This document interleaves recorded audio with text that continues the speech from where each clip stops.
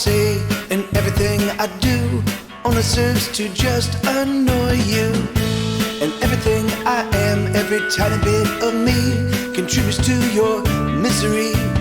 Uh-oh, we're so bad together. Uh-oh, we are.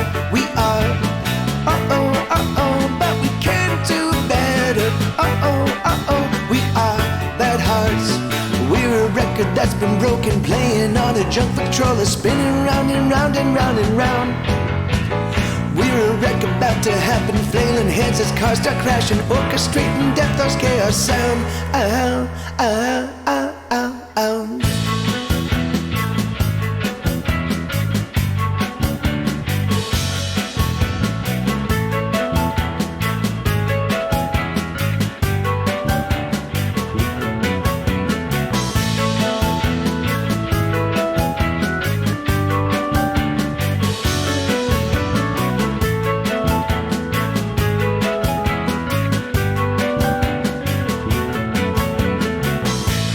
Every single day, every little thing I do only serves to just annoy you. And every word I say, every sentence that I speak only makes you freak out.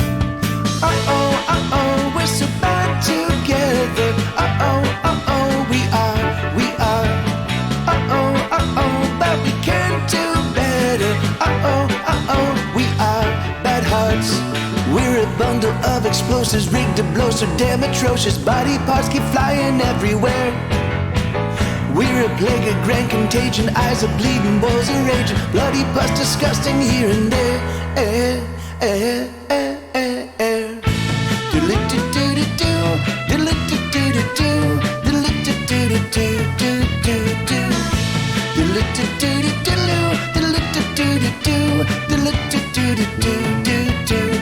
Uh-oh, we're so bad together. Uh-oh, we are. Uh-oh, but we can do better. Uh-oh, we are bad hearts. Uh-oh, we're so bad together. Uh-oh, we are. Uh-oh, but we can do better. Uh-oh, we are bad hearts. Uh-oh, we're so bad together. Uh-oh, but we can do better. Uh-oh, we're so bad together. Uh-oh, we are. Uh-oh, but we can do better. Uh-oh, we are bad hearts. Uh-oh, we're so bad together. Uh-oh, we are. Uh-oh, but we can do better. Uh-oh, we are bad hearts. We are bad hearts. We are bad hearts.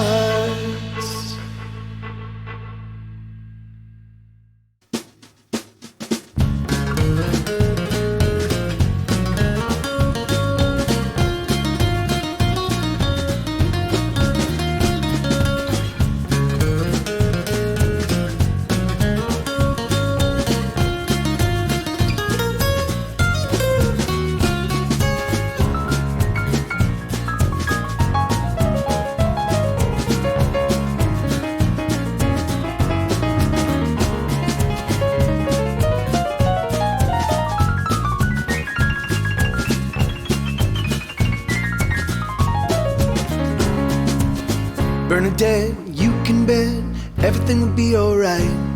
The police, they got nothing on you and me tonight. Bernadine, drink with me, let's cheers another 20 years of taking down our troubles and making them disappear. Bernadette, you are my best friend, my heart, my true love. I know that's true, because no one but someone who loved me would put up with all the shit I pulled.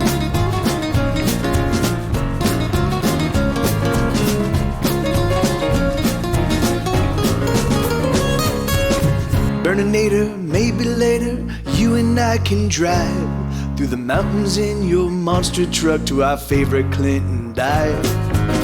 Bernadette, you can bet it's gonna be okay. No matter what the world throws at us, we're gonna sweep it all away. Bernadette, you are my best friend, my heart, my true love. I know that's true, because no one but someone who loved me would put up with all the shit I pulled.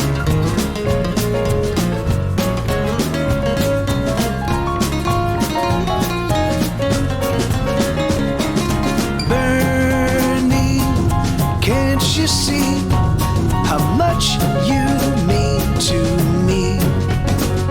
You're the eye of my hurricane. You're the fire to my gasoline.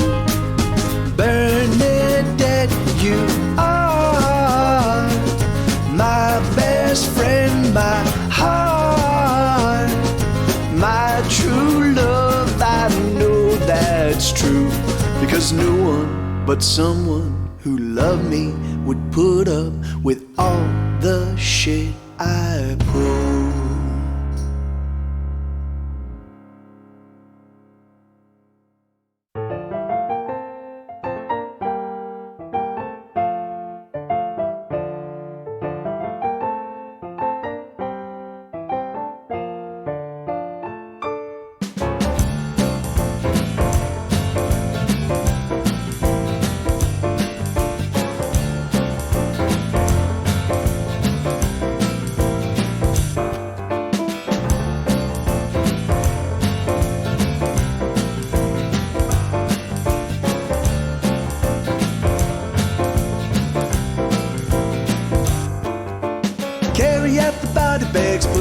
Against the wall, measure everybody, cause everyone is gonna fall. Take all the measurements and put them in a little book. Measure every single soul before them souls that they get took. Christ may be a-coming, but he just might be too late. The soldiers drilled their rifle skills on the enemies we hate. Billionaires eat little babies served on golden plates. It's too late for us all. We're gonna fall. We're gonna fall. We're gonna fall.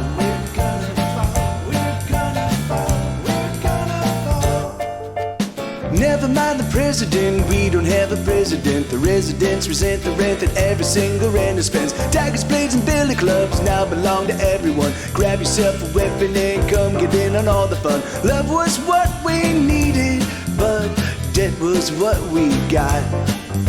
The Virgin Mother bleeds tonight, that blood is sticky hot. Everyone belongs to someone, everyone is bought. It's too late for us all. Good to see everybody. Thanks for getting here early. Sorry about the slight delay. So I spent all day. So I had all sorts of plans. I got up this morning and I'm like, okay, what I'm going to do is I'm going to get Pro Tools set up. And I'm just going to check out all my sessions and make sure everything's kind of like ready to rock and roll. Then I'm going to reach out to Papercat and I'm going to sort out the things we need to do for the website, for my merchandise stuff. And then I'm going to reach out to all the people that I'm doing the songwriting stream with. And I'm just going to figure out a time that we can maybe get together over the weekend and just kind of figure out what we're going to do. And then the litany of things. I'm going to wash my sheets and I'm going to take the dogs out. I'm going to do.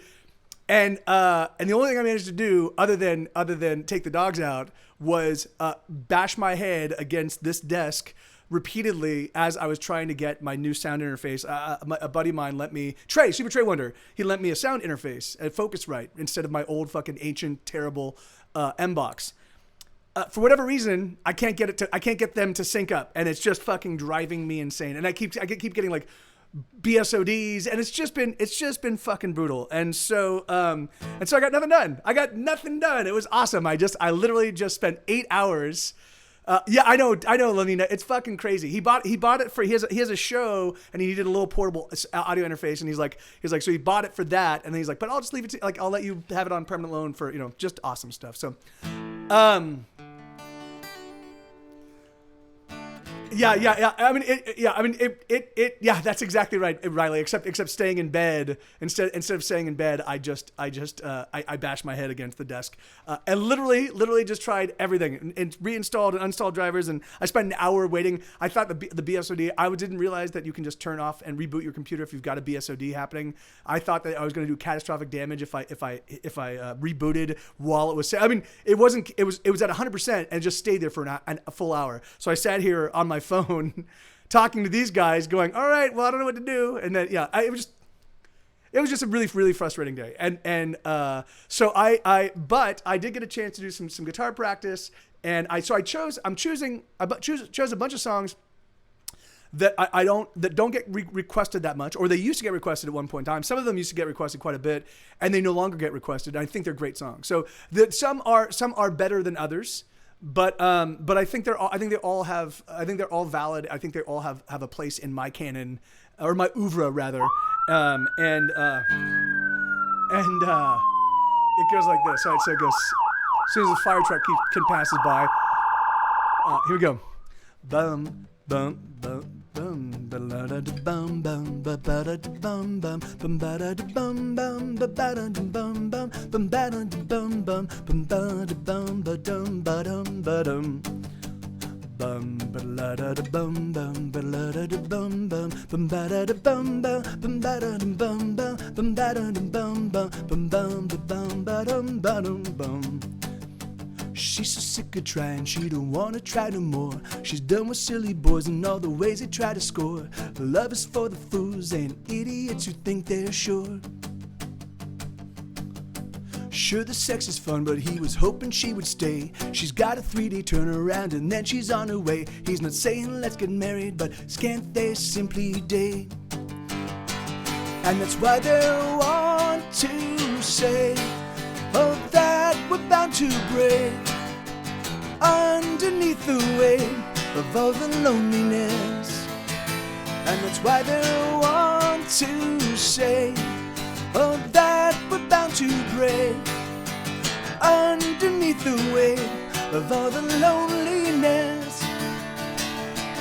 Bum ba la da bum bum ba la da bum bum bum ba da bum bum bum ba da bum bum bum ba da bum bum bum bum ba dum ba dum ba dum ba dum. The last time she was in love was back in middle school. Ever since those days she's followed just one basic rule: you gotta live defensively or you'll find yourself made the fool. Been with 13 girls this year, a fact that makes him proud. But he's never gone a month with one, he's never been allowed to call a girl his girlfriend, and that just gets him down. And that's why they want to say, oh, that we're bound to break underneath the weight of all the loneliness. And that's why they want to say, oh, that we're bound to break underneath the weight of all the loneliness. Ba ba ba ba ba ba da da da ba ba ba ba ba ba da da da ba ba da ba da ba da ba la da da da da da ba ba ba ba ba ba da da da ba ba ba ba ba ba da da da ba ba da ba da ba da ba la da da da da. And that's why they want to say, oh, that we're bound to break underneath the weight of all the loneliness. And that's why they want to say, oh, that we're bound to break underneath the weight of all the loneliness.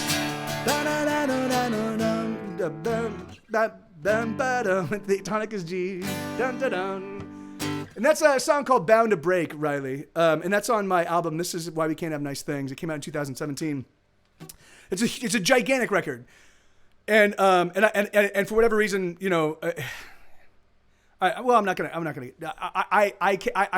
gonna try desperately to not fall into a pit of despair, which because I kind of exist on the periphery of a gigantic abyss, and I take my albums and I toss them in. I go, I love you, album. You're so awesome. I walk up to the abyss and I go, oh, I love you, album, and I just throw it in, and then I go and work on another one, and that abyss sucks all the joy and all the. Not the work ethic, but it sucks a lot of the joy out of me. It sucks a lot. It sucks all the hope out of me. I don't have any. I try to lead a hopeless existence. Yeah.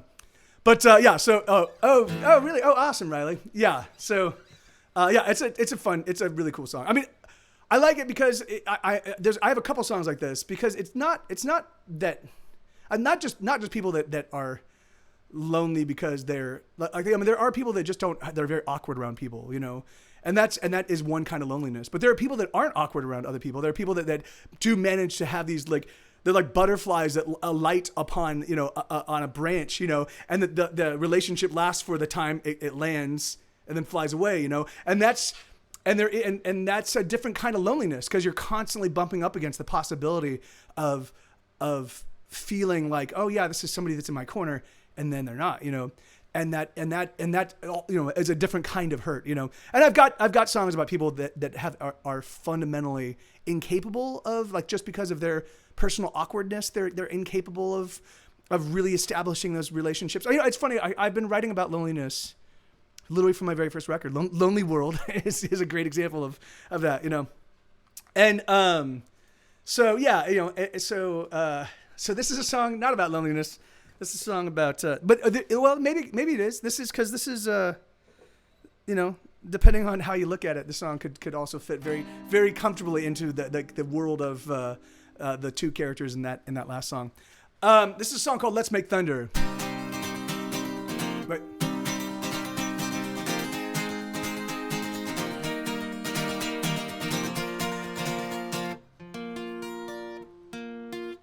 All right, hold on. Let me just. This song sounds so much better when everything's really tuned up. And I realized that I reminded myself of that.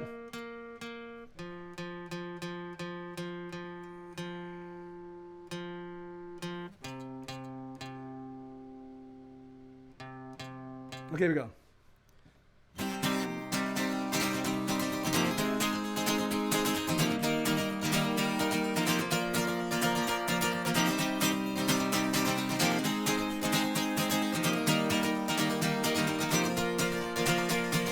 Oh, my lover, let's make thunder. Let us shake the firmament. Let us steal away, and then in every way, let us move the earth until we both are spent. Oh, my lover, let's discover new and never traveled lands. Let us hide away, and let us never say what we've done and where we both have been. Oh, you are so beautiful to me. Oh, you are so beautiful to me. You're beautiful, my darling.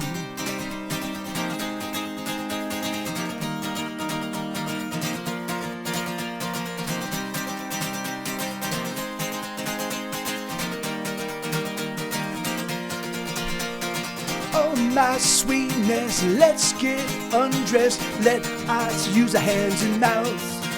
Oh, come on, my love, the stars do shine above. And this song I sing, I'm singing for you now. Oh, my heart is full to bursting, thirsting for your sweetest kiss.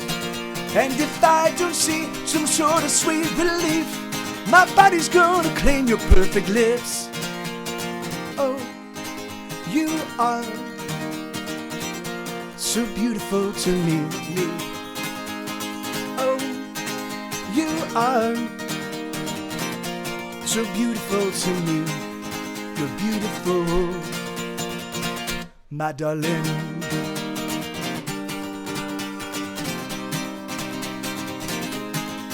Oh, let's make love now. Let's go all night. Oh, let's make love now. Let's go all night. Alright. Oh, my lover, let's discover new and never traveled lands. Let us hide away and let us never say what we've done and where we both have been. Oh, my lover, let's make thunder. Let us shake the firmament. Let us steal away and then in every way let us move the earth until we both are spent. Oh, you are so beautiful to me. Oh, you are so beautiful to me. You're beautiful, my darling.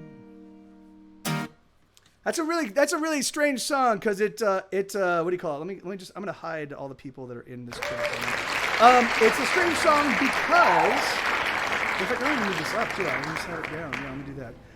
It's a strange song because it starts on the 6th chord. Hey, Umbumbo Cube, how you doing, man? Thank you kindly. How you been, dude? It's been a long time. How have things been with you? All right, and thank you, Riley. Thank you, Lenina. Thank you very much. All right, so this is another one from the same record. I'm just playing a bunch of songs that don't get requested too much that I think are cool tunes. I'm stoked. I just got my second follow. Hey, awesome. Oh, are you streaming, man?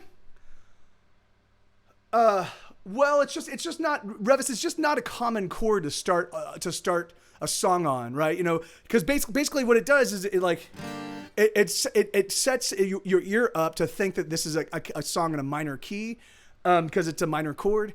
And it just does weird kind of it's not like, it's not 1-4-5. It's not 1-3-6. It's just got a different, starting with, in fact, it goes, so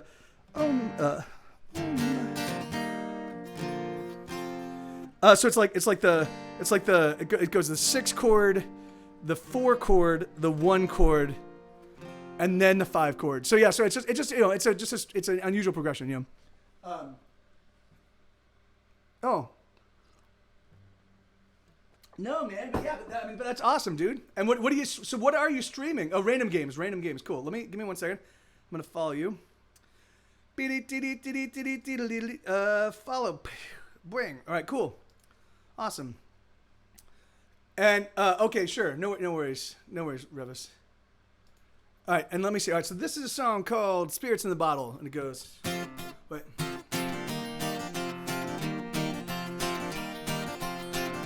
The spirits in the bottle, oh, they've been possessing me. But I don't need no exorcist, oh, I'll just leave them be, 'cause I'm getting high. Yeah, I'm getting high on a Friday night. The demons of the daylight, well, I've gotta ward them off. So the spirits in the bottle, I send marching on and on. Yeah, I'm getting high. Oh, I'm getting high on a Friday night. Oh, I don't need no friends tonight. I'm gonna tie one on. So don't you try to look for me, don't call. And soon enough, the demons, well, they will all be gone. The spirits in the bottle drown them all.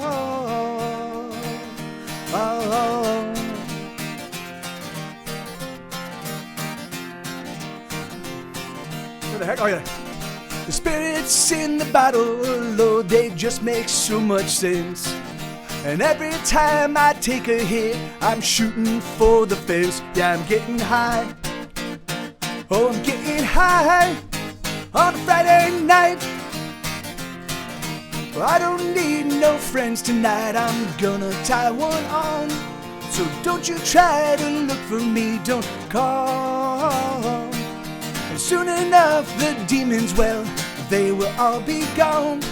The spirits in the bottle drown them all.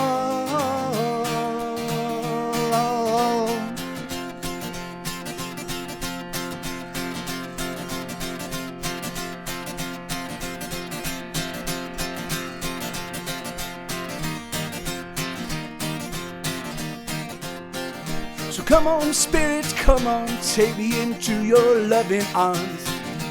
There's no need for worry, yeah, you keep me safe from harm. Yeah, I'm getting high. Oh, I'm getting high on a Friday night. Yeah, it's funny. That song used to be true back in 2015 or 16 when it was written. That song was true, but it's now getting drunk doesn't do anything for me. It just makes me more morose. It's like all of the it used to be that booze was a distraction, and now it's an amplifier of woes. So I have to be real careful. I have to make sure that when I'm drinking, it's in a I can't do that anymore. I can't be like, oh, I'm gonna get a bottle of booze and just hang out with myself and drink, and because that makes a perfect recipe for me sliding down a very, very sad and dark hole. Okay, hold on. I pulled up the wrong one. Curses. Working class poor. So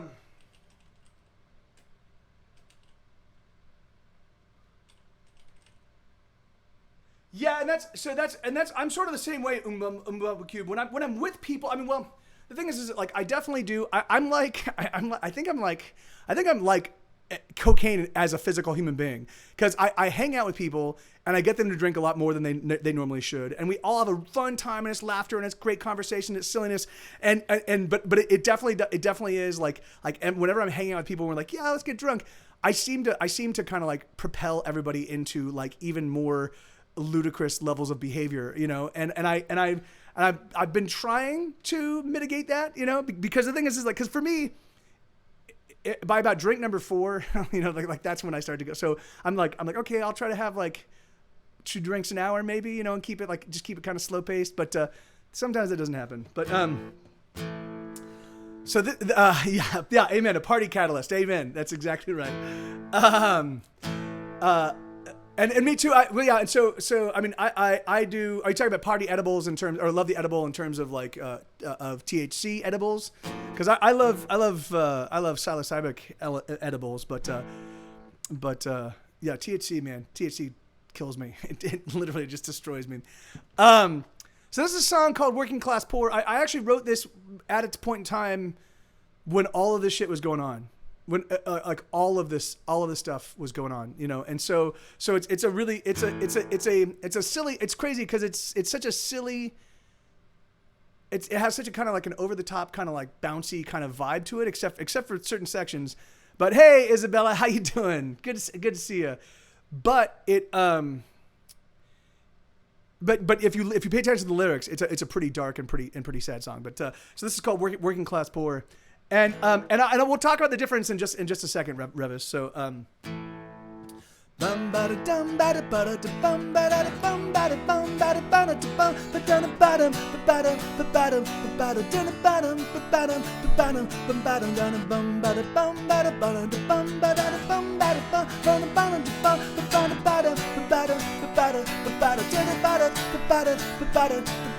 sitting around playing another chord, writing a song, 'cause that's all that I can afford now.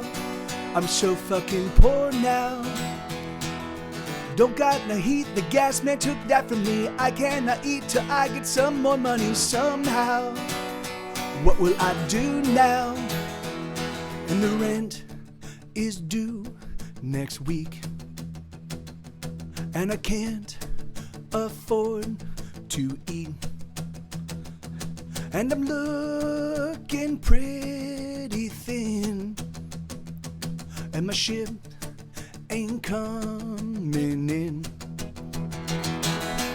I'm sick of rice, but that's all we got tonight. A bowl of white rice, alright, and maybe some water. Oh, they turned off our water. Oh, I'm so fucking poor, so fucking, I'm so fucking poor, so fucking, I'm so fucking poor, so fucking, I'm so fucking poor. Bum bada bum bada bada bum bada bum bada bum bada bada bum bada bada bum bada bum bada bum bada bum bada bum bada I don't go out, I don't try to see my friends. I can't afford to spend time with any of them. I got no money to spend. So here I sit writing another song. Too bad I can't sell it to anyone. I'm gonna cry. And the rent is due next week, and I can't afford to eat. Welcome, Pinocchio. And I'm looking pretty thin, and my ship ain't coming in. I guess right now I gotta play in the dark. The power is off and I don't know when I'll get it on. I can't afford to turn it on. Oh, I'm so fucking poor, so fucking. I'm so fucking poor, so fucking. I'm so fucking poor, so fucking. I'm so fucking poor. Hey diddle dee, it seems perfect to me that all the world round should get my music for free. Oh, I don't need a single thing, no. I don't need a single thing, no. Hey diddle dee, it seems perfect to me that all the world round should get my music for free. Oh, I don't need a single thing, no. I don't need a single thing, no. Hey diddle dee, it seems perfect to me that all the world round should get my music for free. Oh, I don't need a single thing, no. I don't need a single thing, no.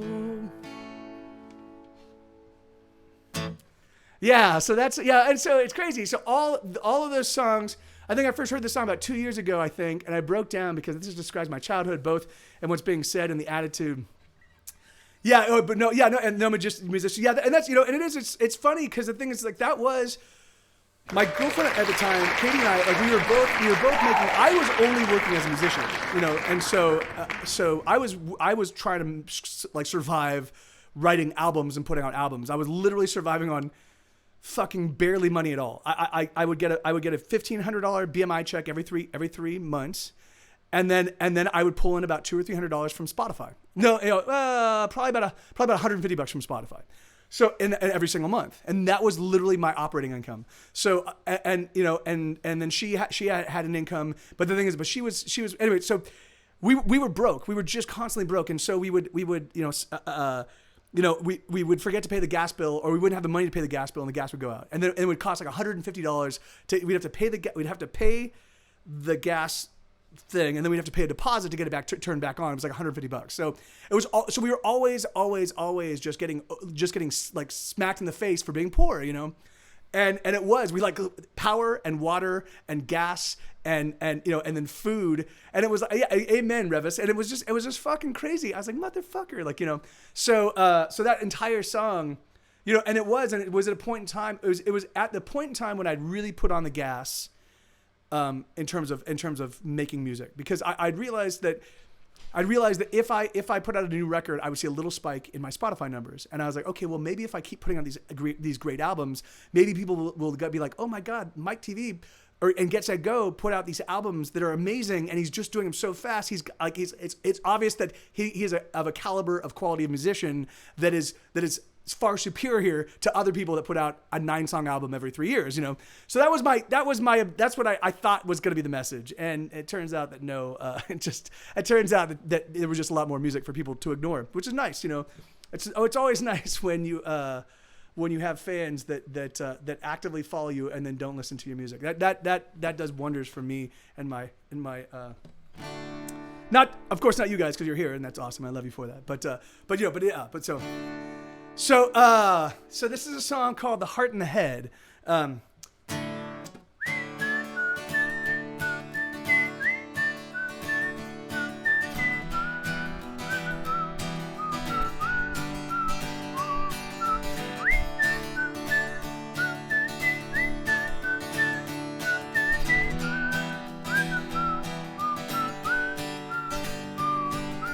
think I love you more today than I have ever loved anybody, she said to him while he was fast asleep.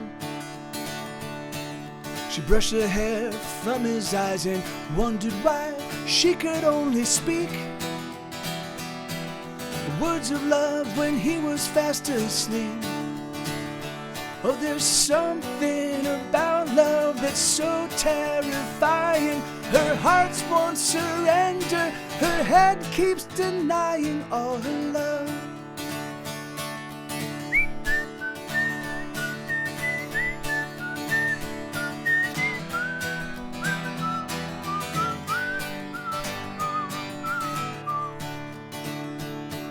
I think I love you more today than I have ever loved anybody,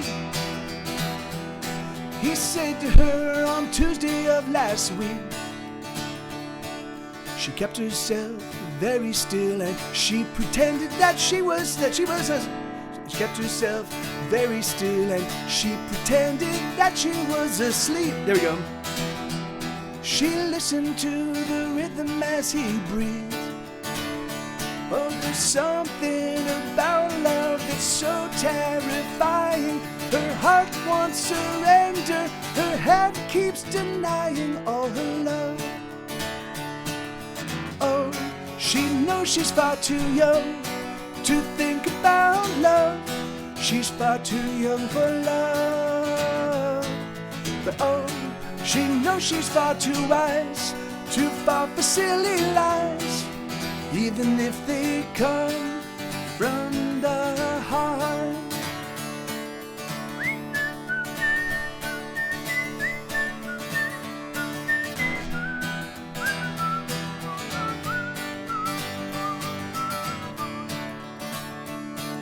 I think I love you more today than I have ever loved anybody, she said to him while he was fast asleep.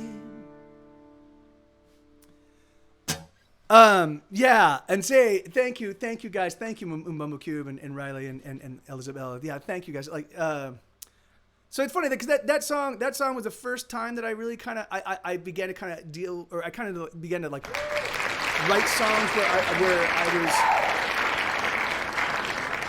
No, maybe it wasn't. Maybe because I think Congress of Impulses was the first song, and I wrote that one back when I was back in Los Angeles. So this one I wrote when I was here in Austin. But so maybe it wasn't. But I was, and I've been exploring the idea lately over the past handful of years that we're not all of us. You know, that the conflicts in our lives are often generated because we're of two minds. You know, we want something, but we also recognize that we're scared of it, you know, or we want something and we recognize it's not good for us. We're not certain if we want something, but we kind of, you know, but a part of us really does, you know, like a part of us that we aren't even 100% certain, you know, like we keep being attracted to something. We're like, why am I drawn to this even though I know I don't like it, you know, that kind of stuff. They are Isabella, but I'm not going to play any until I'm done with this set. But yeah, you can throw requests on and I will play them. You know, as soon as I'm. But yeah, so anyway, so that was the one thing I love about that song. In fact, I just got rid of it. But there's the one line. So another one thing that there's a guy by the name of Newt Hampson, and it turns out that he was actually a Nazi sympathizer. So that kind of removes some of the luster on his character for me. But he's still an amazing writer.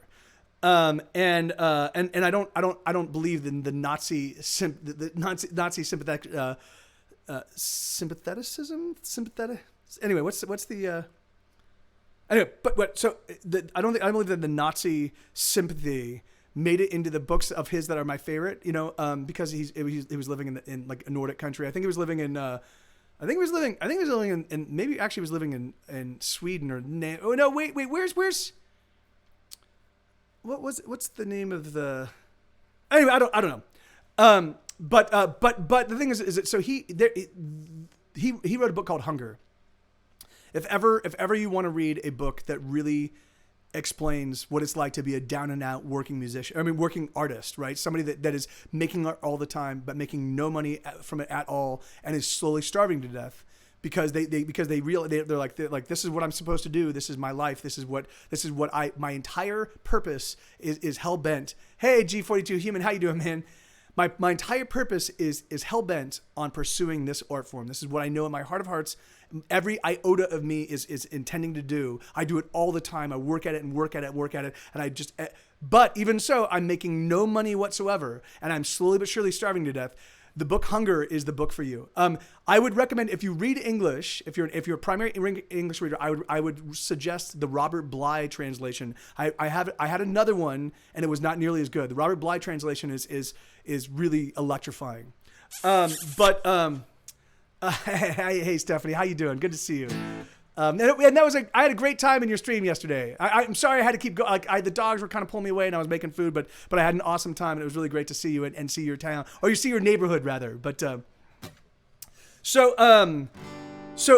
of the things they said about that book in particular was that Robert Bly, or not Robert Bly, that Newt Hampson could really drill you down into a single moment, right? He would get you down into the very second of the things that were happening. And so I've been spending portions of my life trying to write in that way with my music. And so there's that one, it's that one that's I think I love you. Oh no, let me pull it up again because there is like, it's something that you don't encounter a lot in music, and it's something that I had a really good time doing.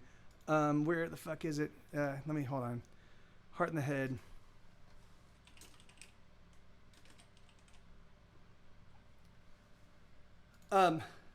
It's this one. She kept herself very still and she pretended that she was asleep. So that kind of puts you in a minute, right? But then we get down to like the second. So she kept herself very still and she pretended that she was asleep. She listened to the rhythm as he breathed. So that's, so there's that moment where, and I don't know if you guys have ever done that, but there are those moments like every now and again I'll be with somebody, like somebody that I love, and they'll be asleep, and I'll just be laying over them, and I'll just kind of hear their breathing, and it's like a comforting thing. But if you invert that, which is what I did, here's somebody that has an expectation. He says, he leans after and which I've definitely done. I've definitely done this. I've definitely leaned over somebody and made declarations of love or something while they're asleep, hoping that it kind of drills down into their, into their psyche, and here it is this thing where she's hearing it and she's pretending that she's not because it scares her, So anyway, and that's crazy, Dawson. I know we have so many babies. How you doing, brother? Good to see you, man. Right on, Isabella. I do that to Lachlan when he sleeps over.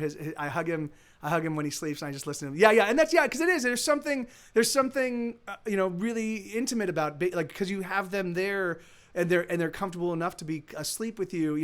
That's when we're at our most vulnerable. I mean, in terms of physically, you could stab them or put glue in their ear. The things that I like to do. When someone's sleeping around me. But Dawson Jr. Oh, really? Yeah, well, that makes sense. There's a lot of Mike TV Juniors out there, so that makes sense. So this is a song called Less Than Zero, and it goes, It goes, oh. Wait, hold on, let me tune up.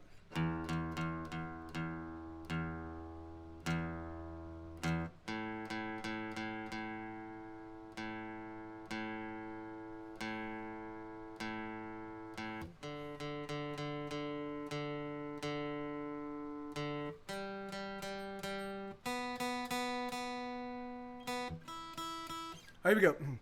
Oh, oh, oh, oh, oh, oh, oh, oh, oh, oh.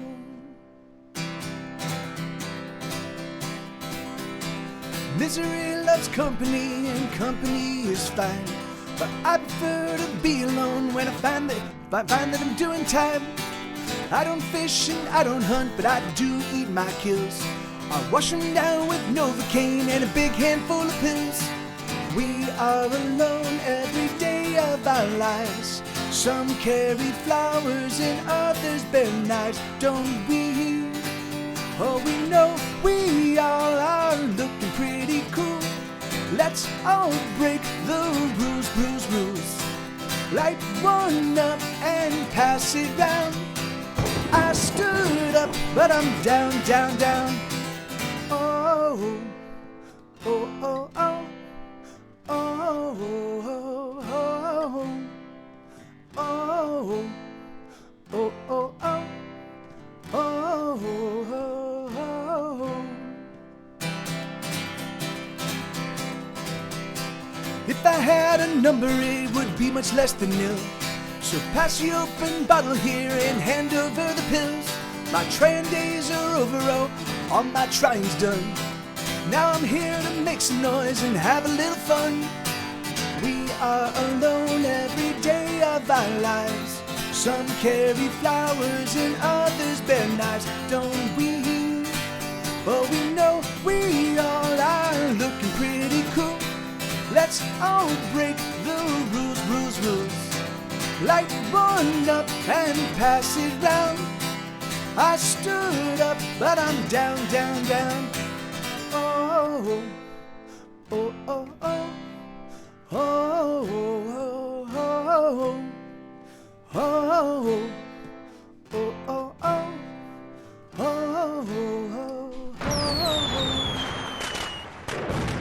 oh. I'm sorry to hear that, Paper Cat. That's awful, man. You fucked your fingers up actually working on the website. I'm so sorry, brother.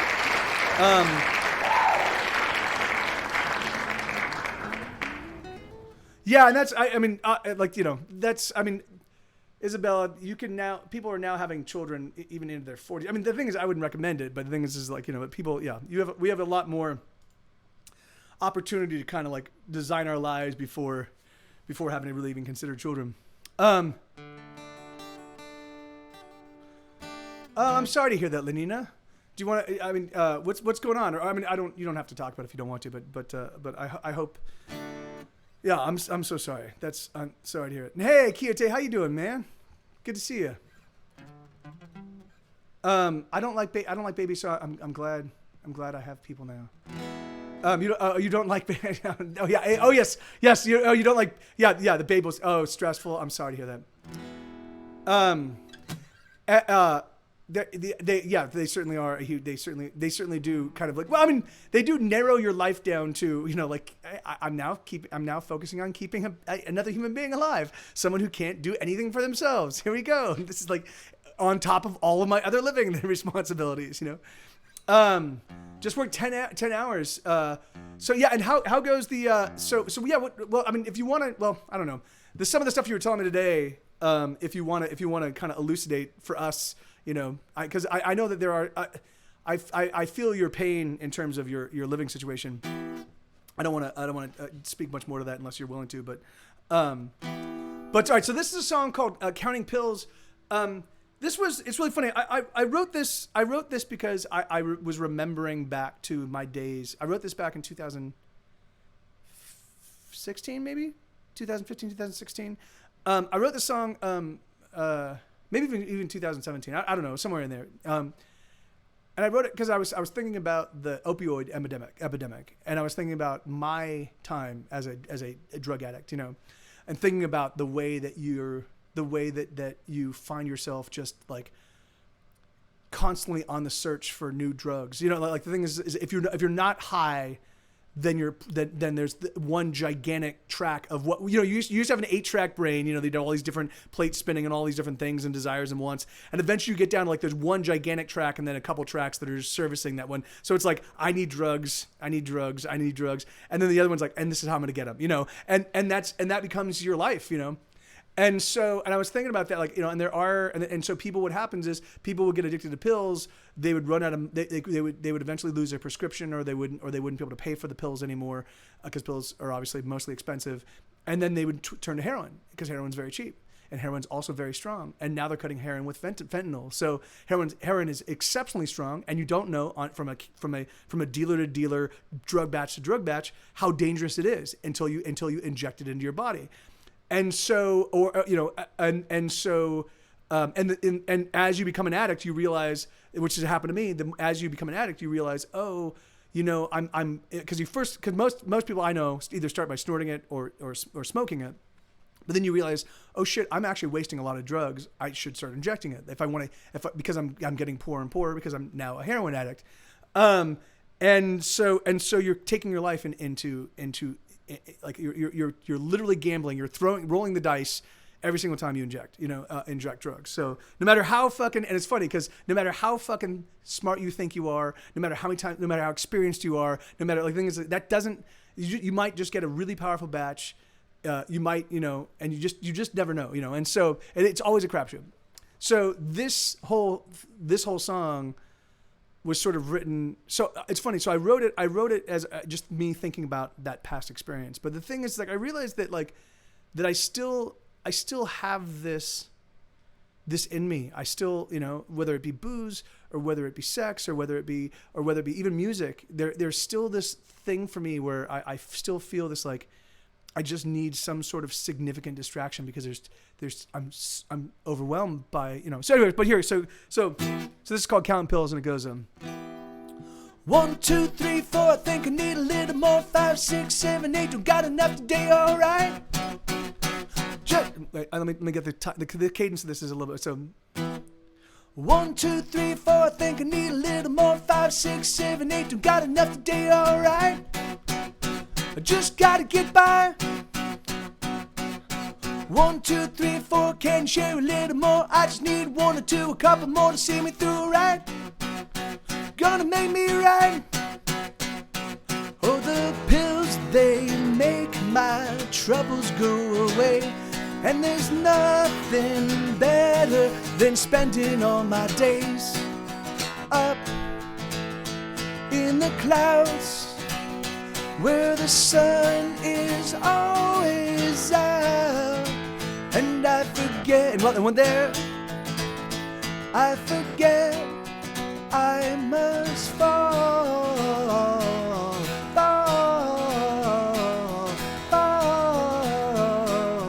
1, 1, 1, 1. I think I need another one. Anybody got something? Anybody, anyone, alright? Just to get me by. 5, 6, 7, 8. I just need to kill the pain. Anybody, anything. Come on, baby, kill my pain, alright? Gotta make me right. Oh, the pills, they make my troubles go away. And I know nothing better than spending all my days up in the clouds, where the sun is always out. And I forget while I'm there, I must fall.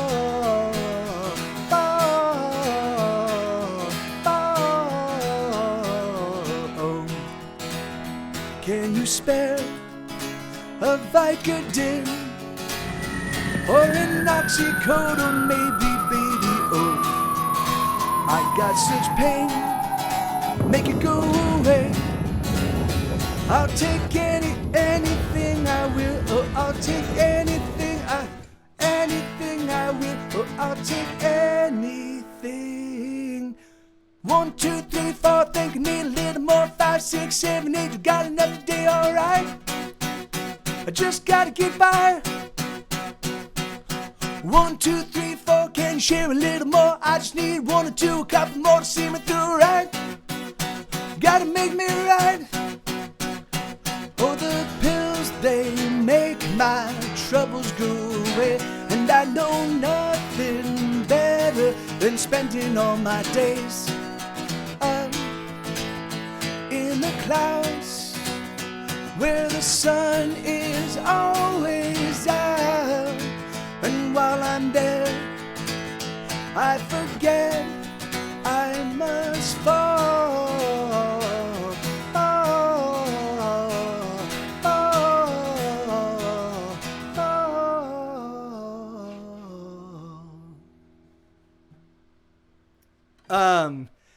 Yeah, and I mean, it's funny because I mean they're all. I mean, it's also like Get Through the Day. I have lots of songs that have kind of a conflicted relationship with chemicals.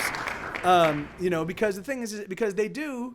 That's the one thing. It's really funny. That's the one thing that no one told me throughout all my years of growing up. They're like, say no to drugs and stay away from drugs. I'm like, yeah, of course. Like, of course. I was totally straight edge. I wouldn't even take aspirin. I had my wisdom teeth pulled. I didn't even take the painkillers they gave me. I just fucking writhed. I literally writhed on our couch. I must have been like 14 or 15. I writhed on our couch for 3 days. I was just the most excruciating pain ever. But I was just fucking straight edge, you know? And I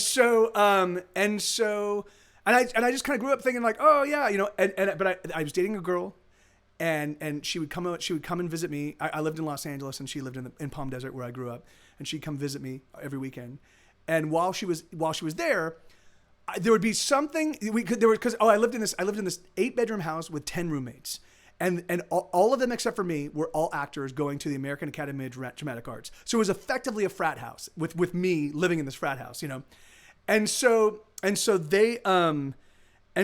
everybody would be hanging out. Like, so there was always a party. Like, literally it wasn't just Friday nights or Saturday nights. Every single night, every single time I got home from work, there were at least 40, well, maybe not 40 people, but there was at least 10 or 15 or 20 people at my house at all times. And then whenever the weekends happened, it was always 40 or 50 or 60. There was always huge parties.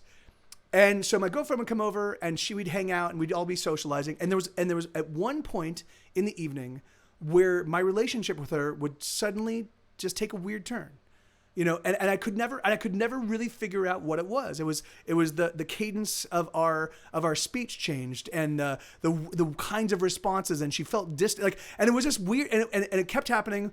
It kept happening every night. Well, so she'd come and stay with me for from Thursday to like Monday, and you know, and we would party Thursday, Friday, Saturday. So, you know, like, and every single night at some point there'd be some change. And so at some point in time, I went up to her and I was like, "Hey, you know, what's going on with you? Like, why there's some moment where you change, and either you stop doing it, whatever it might be, or you introduce me to it, whatever it might be. Because the thing is, I can't be the odd man out with my own girlfriend in my own house, you know." And so she, and yeah, it really was, Stephanie. It was the most excruciating pain I've ever experienced in my entire life, you know? So, and it turns out that she was doing speed, you know, and she would bring speed, and all the girls in the house they'd all do speed together, and they'd all get, you know, so she was like, okay, well then I'll just introduce you to it, you know? And so she chopped up a little tiny, little dinky, like the smallest dinky line. And I did this little, and I don't know Isabella. My relationship with her happened so long ago, and I don't think so. But you know, like, I don't think so. I don't think she was I think that most people, when they do drugs, beyond just the recreational occasional drug, when someone does it with consistency, I do think that they are self-medicating, right? There is some sort of mental damage, you know, whether it be experiential or whether it be chemical, but there is something that you're trying to like kind of walk away from, you know, or at least get a reprieve from, or actually really truthfully just gain some control over, you know. So I did this little tiny bump of speed, and for 9 hours, I felt incredible. I was like, this is amazing. And a conversation was scintillating, and things were fun. And it was like, you know, and it was this, and it was, and I was like, oh, like no one had told me, oh, the drugs also do feel really, really good, you know? So that fucked me. Like, the thing is that put me on a path that led to me almost killing myself 12 years later, you know, 12 years later in my drug dealer's apartment, you know, shooting a speedball, you know, because I was like, oh no, they lied to me about the effects of drugs, you know. Oh yeah, and the other things, and I tried it, and I wasn't an addict. Oh well, the thing is, like, I wanted to do more, but I didn't seek it out, you know. Like if anybody offered it, I was like, yeah, of course I'll do something. I love that drug, you know. The thing is, so I had all the makings of an addict. I wasn't yet there, you know. And I hadn't yet figured out, oh, if I really like this high, if I really like this feeling, let me just chase it, you know? And so it all of it set me up to just complete ruin, you know? The thing is, like, fortunately, not fortunately, anyway, and it still has an impact on me, because the thing is that, like, you know, like the whatever, and now that I've done so much damage to myself over the course of my perambulations on this planet, that I'm, you know, that the thing is like, there's all sorts of shit that that needs to be addressed and needs to be resolved, both chemical and emotional, you know. So fucking hell, you know. See, so I got a delivery service, and I'm gonna order $40 worth of Monsters and condoms and see what yeah, that's I'm Bearden. That's ridiculous. That's awesome. See, the worst thing for me was people stealing my Ritalin from my backpack in what's R and senior high? I know senior high, but days. I guess that's the middle school. Days it would just go missing. It would fuck me up for the day, and I think it would fuck them up too. Yeah, and of course. You know, the thing is that like, to think that if you hadn't been with her, you should have never nearly died. Yes, but Riley. But also, if you think about that, if I had never been with her, I probably would still be working in the film and TV business, and would not, and none of the music I've written would exist ever at all, because it was you know. Yeah. And they are junior high. Oh, junior high. I see. Yes, of course, Stephanie. So yeah, you know, I mean, it's just, you know, life takes you places. The thing is, like, it's for me, like, all things that feel good usually hurt you. You know, they usually do damage. You know, like anything that like if you do them to excess. You know, and the thing is like, and if you're somebody like me with a melancholic temperament, and a propensity for depression, and you know, all of the things that kind of like I'm saddled with, you know, the thing is it's probably best that I don't, you know, I don't do these things, you know, at all. But the thing is like, you know, but it's one thing to say and it's another thing to do, you know. And so, but the thing is, I do know that really where you run across problems is when you're not honest about it, you know, when you're not frank, and you don't look it squarely in the face and be like, yes, I have a problem, you know, yes, yes, I am on a slippery slope, and yes, I am, you know, and I'm sliding, you know, and that I think is really the key thing is, you know, you need to be alert and aware, and you know, and thinking about what life could have been if things didn't happen. I'm there right now, coming up to a personal PTSD season, and I have to chill or have an existential crisis. And thank you, Stephanie. And so Stephanie just said, "Good to hear you talk, Mike. It helps ground me." And that's why that's actually is because this is my music is therapeutic for me and cathartic for me, and also being honest about kind of my experiences and kind of what I've done. And the thing is, and not judging, but also looking at. I don't judge I've done and continue to do damage in my life due to substances. I still drink alcohol, and I still drink alcohol to excess at times. And almost invariably when I drink alcohol to excess, I do damaging things to my life, you know, and that sucks, you know. And I can't, Hopeless Pig. Yeah, man, if you pay attention, it says Get Set Go, fans welcome, and only originals. I only play my own stuff, man. I'm Mike TV. I'm in a band called Get Set Go. I've got 16 albums in stores. I've got an international footprint, and and I don't play other people's stuff. So anyway, that's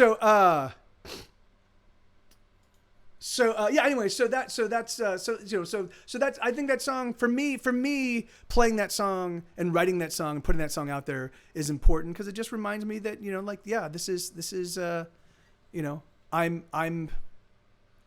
yeah, you know, that for me, I have to be always vigilant, you know, because the thing is because I'm not doing the AA thing where I'm operating with complete abstinence, and I'm also interacting with people that have also experienced the same things I'm experiencing, which is awesome. I mean, that's the only way I managed to get sober, you know, back in the day. You know, the thing is, I'm on that slippery slope, and I have to acknowledge that, and I have to be honest about it, you know. So right on, Kiyate. Mike's stuff should be covered. Listen, well, I mean, there are scores and scores and scores of covers of my stuff, Stephanie. Don't sweat it, Hopeless Pig. No, yeah, don't sweat it at all, man. So this is another song that actually kind of, the song that we were talking about, or the last song, Counting Pills. This song kind of leads kind of into this, because this is from my perspective. Well, anyway, here. So this is called Let It Come Down, and it goes. And so again, I'm playing deep cuts, very, very deep cuts of my last two albums that were not. I did the 2018. I did a big career retrospective where I played acoustic versions of 102 of my songs, but in 2017 and 2016 I put out albums of completely new material, and this is one, and this is a deep cut, but I think it works. Well, yeah, we'll just pay attention. You know. I'm sorry to hear that. I'm sorry to hear that, Kiyate. So it goes, Everybody hurts somebody. Everybody makes somebody cry. Even if you don't try. Everybody lies a little, little lies to make it through the day. There just ain't no other way. Everybody casts shadows when they're shining bright. The darker the shadows, the brighter the light. Let it come down, let it come down, let it come down, let it come down.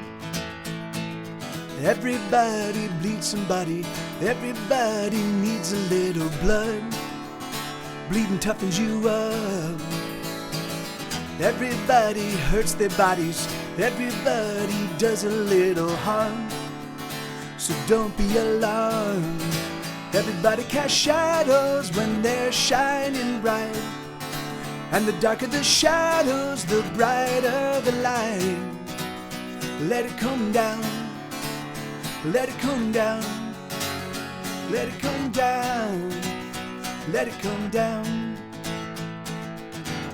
And when you're tossing stones at heretics, at lunatics, just know that there's someone with a stone for you. And when you're setting fire to infidels, they burn so well, just know that the fire, oh that pretty fire, well it's coming for you. Everybody hurts somebody, everybody makes somebody cry. Even if you don't lie. Everybody lies a little, little lies to make it through the day. There just ain't no other way, way now. Everybody casts shadows when they're shining bright. And the darker the shadows, the brighter the light. Let it come down, let it come down, down. Let it come down, let it come down. Yeah. And that's, and so for that, I mean, and that was, and I wrote that for me to remind myself that just because, like, all of us do hurtful things, even if we're not trying. That's important to, like, acknowledge and recognize. And then also to recognize that doesn't make me a bad and evil person. And the thing is, and I can still do good and kind and considerate and compassionate things and empathetic things. And still, I can still have that duality. I can still find myself lying to people, about whatever. And then at the same time, that doesn't make me an evil person. And it also doesn't preclude me from taking care of people, and living in service of other people and being, compassionate and empathetic. And, so the thing is, and again, it's funny because I think that's the sum totality of my music. Is I try to capture those nuances, and it's funny because I try to write nuanced music. I try to never make declarations unless they're silly, because the thing is like, because there is no one truth for all people. I mean, other than we all die, Like the thing is that we all die. That's the only real truth. Otherwise, it's and if you're alive, then you were born. Those are the bookends. And then everything else, it's a perspective thing. The thing is that, like, it's like, anyway, but let me see. So I was with my therapist today, and I talked about how when I'm having a depressive episode during my day, I listen to your music, and it always helps me get out of my depressive episode. My depression is episodic, a month long, year long, or even an hour and a day. I literally wouldn't be alive without you. Well, Riley, that's, I mean, it's funny because that's the music I write, particularly the darker songs. I write them because what I'm doing is I'm trying to take the pain and the woe and the self-doubt and the hurt, and I try to put it outside myself, I try to, because it's like therapy. It's just being able to talk about it, being able to put it into song. And for me also putting music behind it. Hey, Batista WWE, how are you? I gladly stream, but I'm definitely not ready. I feel there's just too much about piano. We'll talk about that in just a second. We'll talk about that in just a second, Isabella. But coming back to what I was talking about with Riley, So I do this. So for me, it's therapeutic, and for me, it's cathartic, and for me, it allows. But it's always just fucking radically, amazingly awesome when it resonates with other people, and it does, and it helps them the same way it helps me. I'm choking up, So yeah, and so thank you. Like I love hearing that because the thing is that like my life has been a struggle. It's always a struggle. It's a financial struggle. It's an emotional struggle. It's a relationship struggle. It's an emotional struggle. It's a spiritual struggle. My whole life is just it's tough, and I very rarely get reprieves, And that's, I mean, other than in the moment. It's funny because I'm playing a video game. I'm not feeling all the chaos in my head per se. Sometimes I do, but so I escape into the moment, and I find little joyful things that I can do that cost me not a lot of money, And Hopeless Pig, they're golden pothos, so they're pothos ivies. Well, that one's a golden pothos. I don't know about that one, but they're pothos ivies, yeah.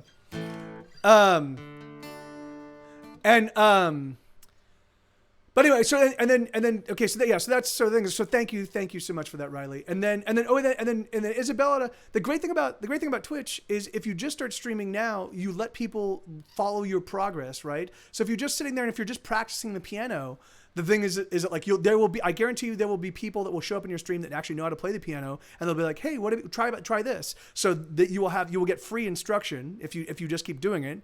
And you'll also build a following of people that just like to be there and watch you kind of do your thing and learn your craft. I mean, that's the thing that makes Twitch such a unique experience, is that there are people. I mean, here's a great example. Directo D2, when they first started, their catalog of songs was not that great. They were kind of rudimentary, But over the past couple of years, they have grown into phenomenal. I mean, just watching their command of the instruments, and watching their command of the music, and watching the way that they interact and play, it's been fucking phenomenal. It's just been amazing, because they play regularly, consistently, week in and week out, and have done it for years now. And so it really is. It's a great way. It really is a great way to just to train yourself and discipline yourself to actually keep doing it. I know I'm pretty new to all this, but I get to vibe that you know enough about yourself that you can help others with your story without accidentally glorifying the starving artist lifestyle or softening the rough patches you go through that teach you valuable lessons. I mean, I try to. The thing is, my life has certainly been exciting. It's basically every step of it, because I'm a hedonist and I'm a thrill junkie. I seek out things. I seek out experiences that are awesome, and I've done that my whole life. But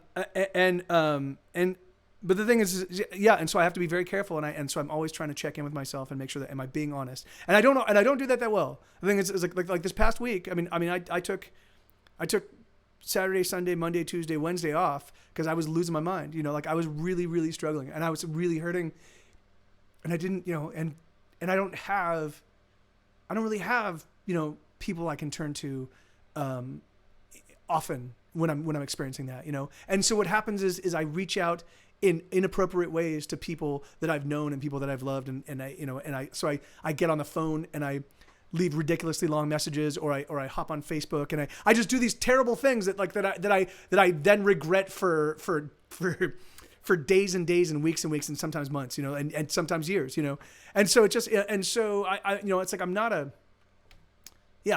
as flawed as the next. In fact, I'm probably a lot more flawed than most people, but I try to be honest about it.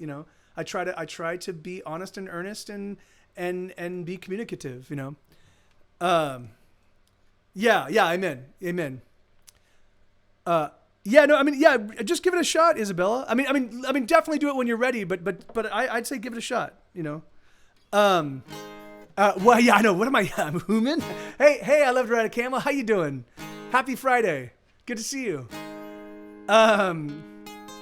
I've seen you lurking a couple of days, or recently. So good to see you, man. Yeah, and particularly Kiyate. I mean, it's really funny. Okay, so Kiyate, I'm not going to talk about, but Kiyate, she and I were talking about kind of some of the stuff that she's been going through, and well,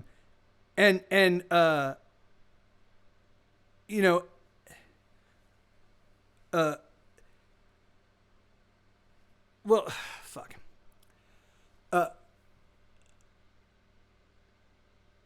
And the thing is like, and the things that they're going through right now are doing damage. And that damage that is being done by family members and by friends, that damage that is being done will live with them forever and ever till the end of their days, And the thing is like, and of course people don't realize that, and people aren't aware of that, and people aren't comfortable dealing with their, but the thing is like, yeah, and amen. And that's the thing is just feeling alone and then not having anybody to turn to be able to talk honestly about kind of what you're going through. Like the thing is that's fucking, I mean, that alone, you don't need to be shot in the gut in wartime, and you don't need to be raped to feel an intense and horrible, like just feeling alone for significant periods of time without being able to communicate with, like, we're social creatures, So when you find yourself without that social network, that social fabric, like it really starts to wear and starts to tear you, Yeah, and that's, and it's funny, Isabella, because I've found that as you get older, as you get older, that becomes more pronounced. The friends that I have become less friendly. Like their lives get busy and they're populated with families, and they've got stuff going on, and maybe it's also because I'm still a maniac. I don't know, but I found that like a lot of my close friends, we still connect every now and again, but they I don't have a lot of the resources friend wise as I used to. So so it's like it's just a weird. Yeah, life's fucking rough, man. And I do feel you on that. I love to ride a camel. I mean, certainly the thing is yeah, people, if you let people, if you allow people, if you're not very fastidious about how you're taking care of yourself, then you can sometimes find yourself getting sublimated and overwhelmed by the needs of others, And the thing is, and that's not healthy either, Bum bum bum bum bum bum bum bum dum bum bum bum ba la dum bum bum bum ba la dum bum bum ba la dum bum bum ba la dum. Hey there, brother, what's going down? When did you get so damn depressed? Just because the world is ending now doesn't mean you shouldn't get dressed. Don't let it get you down. Don't let it make you blue. Instead, let's all get red. Get red instead. That's what we'll do. Hey there, brother, what's going down? I'm glad you chose to stick around. Bum bum bum bum ba la dum bum bum ba la dum bum bum ba la dum ba ba doom ding ding bum bum bum ba la dum bum bum ba la dum bum bum ba la dum ba ba ding ding ding. Hey there, sister, the ceiling's glass. Oh damn, you hit it pretty fast. Just because the world is so unfair doesn't mean you shouldn't wash your hair. Don't let it get you down. Don't let it make you blue. Instead, let's all get red. Get red instead. That's what we'll do. Hey there, sister, the ceiling's glass. You gotta rock. Smash, smash. Cry, have again. Cry, have again. Let's slip the dogs of war. Cry, have again. Let's slip the dogs of war. We love more war. Bum bum bum bum da la dum bum bum da la dum bum bum da la dum ba ba ba ding ding dong bum bum bum da la dum bum bum da la dum bum bum da ding doo ba ba ba ding ding dong. Look at the bum ba doo doo ba ba ba da doo doo da doo ding dong bay. Look at the bum ba doo doo da da da da doo ba ba ba doo doo. Machine guns. Tick a da doo doo da look at da look at the bum ba doo dum bum bum. Hey there, mister, how do you do? And does it get you through the day? Hey there, Mrs. Oh, how are you? Are you better than you were yesterday? Don't let it get you down. Don't let it make you blue. Instead, let's all get red. Get red instead. That's what we'll do. Hey there, people, you're quite upset. You can bet everyone is too. Yeah, right on. I don't know why that song doesn't get requested that much anymore. I love that song. Armageddon Reds. It's funny because I wrote that as I was writing that song. Let me see how many more I have to go before we get the main show up and running. Do you guys mind? Let's see. I still have like 5 more songs to go, but I do like kind of talking about. Hey, thank you. I love to ride a camel. Thank you.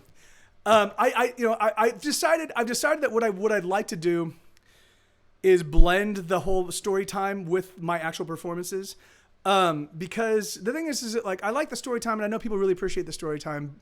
But what happens is people request a lot of the same songs. And so I keep telling the same stories over and over and over again. But what I was thinking is if I instead just took a little time between each song to kind of talk about what went into the writing of the song or what went into the stories or the things behind them, then any song I play, then what it does is it diversifies the stories and it also creates a dialogue like we've been having here. And I just think it's a little bit more fun. So I've been experimenting with that a little bit. I experimented with that yesterday and I've been experimenting with that today. I think that'll be a little bit more exciting and fun and what have you. So yeah, and then we can eliminate the rolling and stuff like that. People can just request a song and know that there'll be some little story component attached. But yes, that's exactly right, Isabella. Yes. This song, it's really funny because this song, it was 2016. It was the election, the whole Hillary Clinton versus Donald Trump election. Everybody was like angry and just spewing invective and just craziness and chaos and just being and everybody talking like a know-it-all. And it was just exhausting, And I wanted to write a song about how frustrating it was, and it was, and that whole record has a lot of that built into it, and so I was like, I want to write, because I'm like, it feels like the end of the world. I want to write an end of the world blues song, I want to write this, but then I realized I'm like, no, man, the blues, like why it pisses me off, like it gets me frustrated to think that I'm just gonna resign myself to the fact that the world is kind of falling apart, And I was like, no, fuck that. I want to fight. I don't want to fight in a way that makes me a know-it-all. I don't want to fight in a way that makes me better than the person next to me that's not fighting. But I want to fight for a place where I feel like we can all belong. We can all be a part of, And so I was like, oh, rather than doing the Armageddon Blues, which I'll do Armageddon Reds, whatever Reds means, I'll just do Armageddon Reds, My personal opinion is meet the new boss, especially with either candidate, same as y'all. Yes, and the reason why I believe I love to ride a camel, even though the thing is that like, that certainly has been put to the challenge recently. But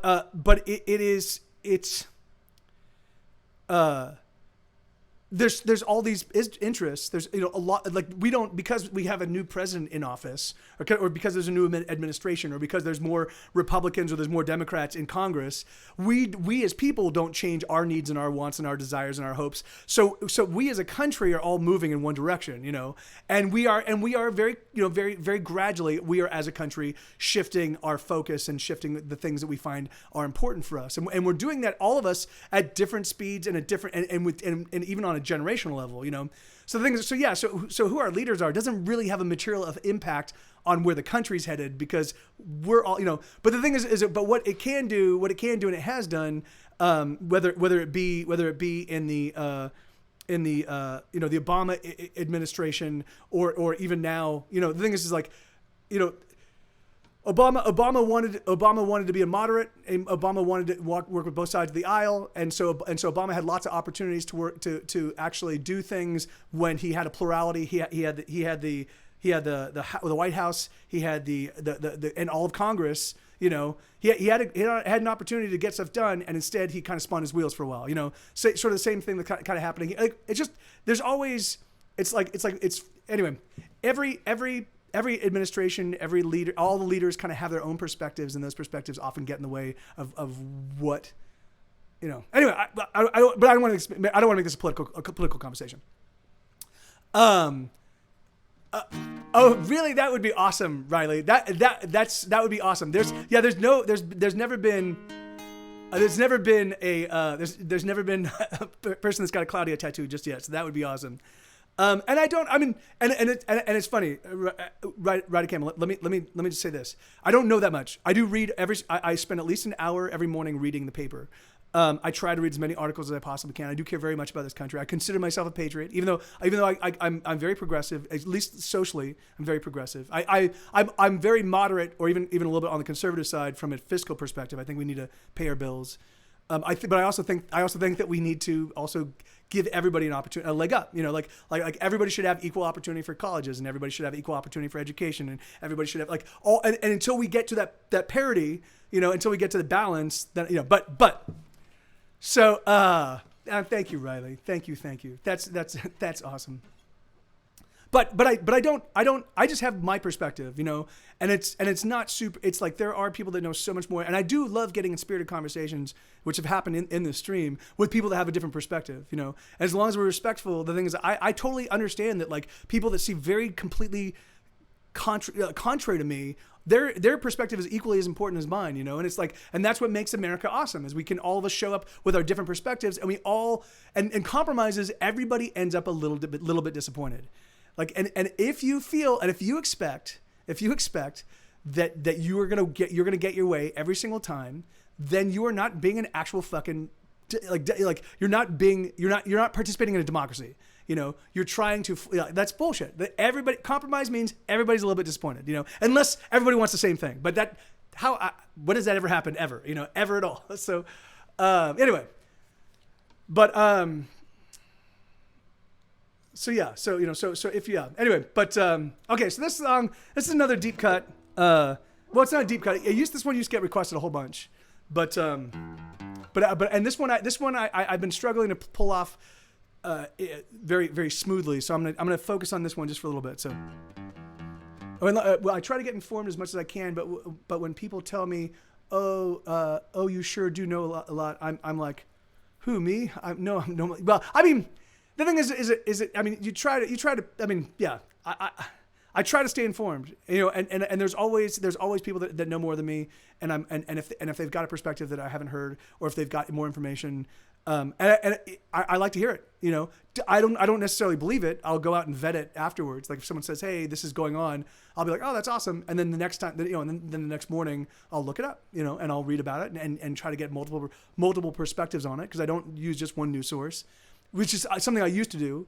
But I now try to get some perspective on the right, and I try to get some perspective on the left. I try to get, you know, so that way I can kind of triangulate the truth. I think I'm going to need to go to sleep. It's very late here in the UK. It's been a long day, and I can't thank you enough for what you've done for me. Thank you for putting out music, and thank you for streaming, even when you aren't okay yourself. Thank you, Riley. Thank you. Yeah, thank you. Seriously, I love you, dude. And you get some rest, man. And I'll see you hopefully soon. Yeah.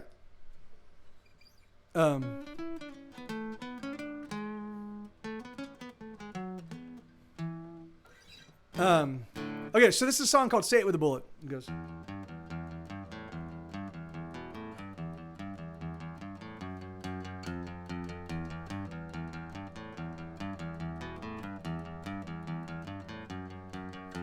Say it with the bullet, lover, fight. Say it with the bullet, lover. Write your name and write another. Fire that bullet at the wall. Fire that bullet. Let me just pull up the lyrics. I'm struggling, but I'm struggling to play it. I can't struggle to have the lyrics. That's ridiculous. Oh, I've got the lyrics right there. I do have them. What am I doing? They're right there. All right.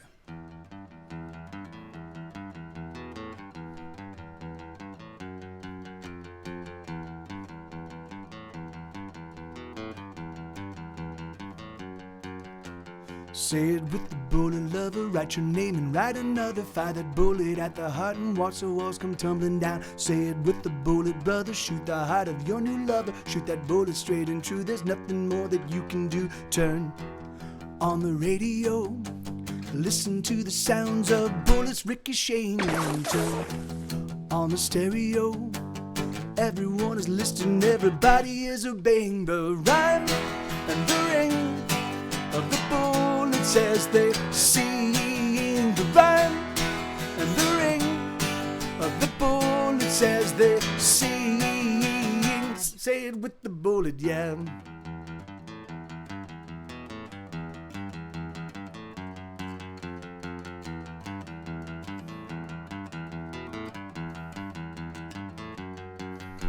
Say it with the bullet, darling, bullets get the heart jump started. Fire that bullet at the heart and watch the walls all fall apart. Say it with the bullet, mystify that bullet as you kiss a steady aim and fire true. There's nothing more that you can do.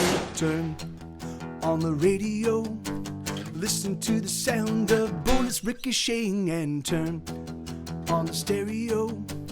Everyone is listening, everybody is obeying the rhyme and the ring of the bullets as they sing. The rhyme and the ring of the bullets as they sing. Say it with the bullet, yeah.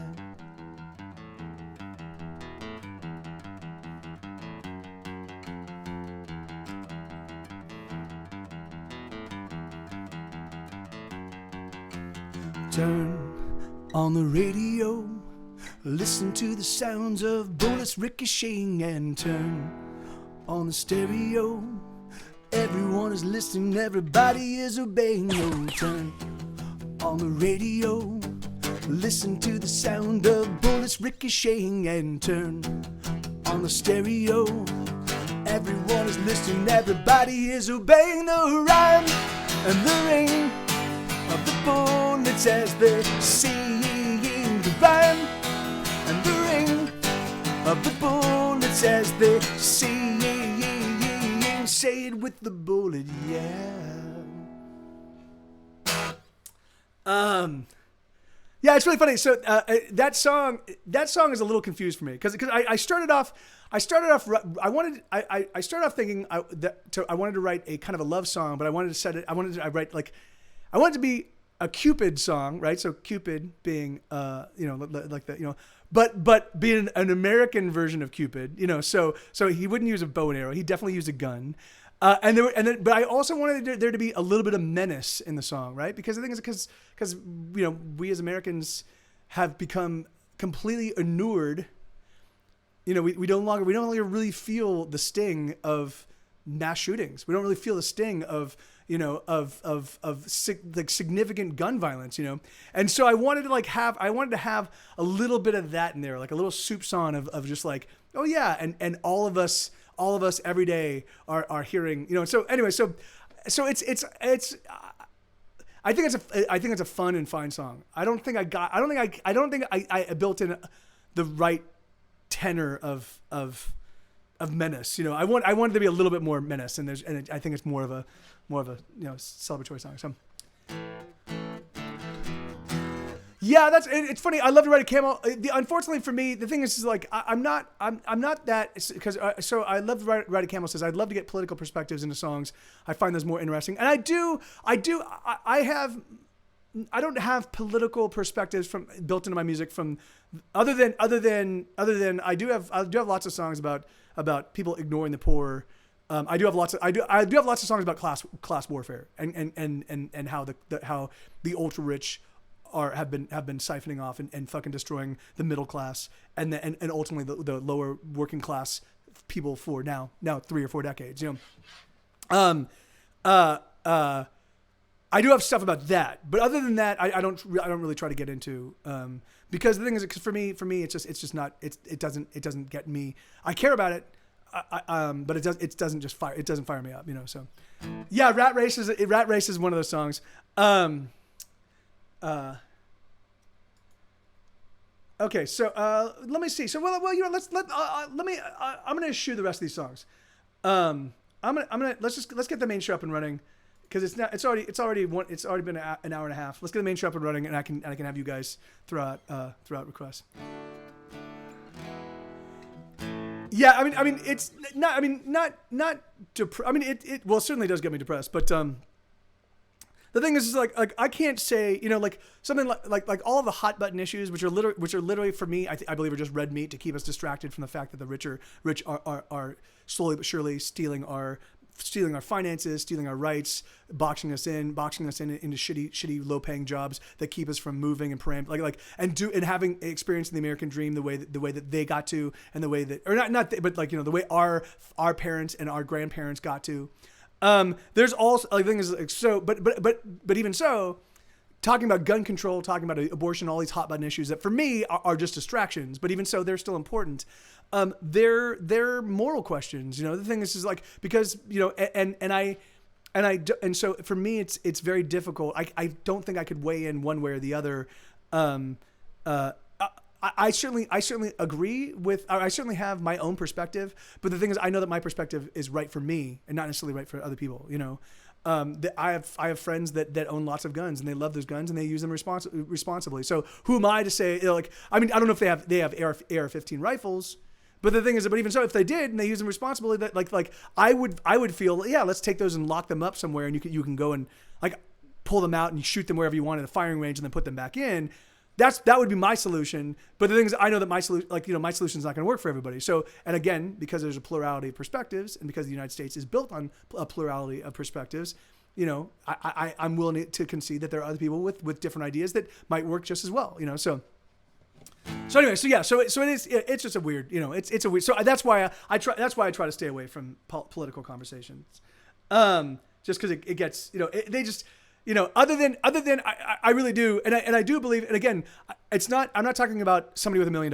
I'm not saying unless if you have $1 million and you built that $1 million by exploiting your workers, then fuck you. Then you are part of the problem as well. But being successful at what you do, that's not what that's what I'm saying. If you worked really hard and you made money, that's awesome.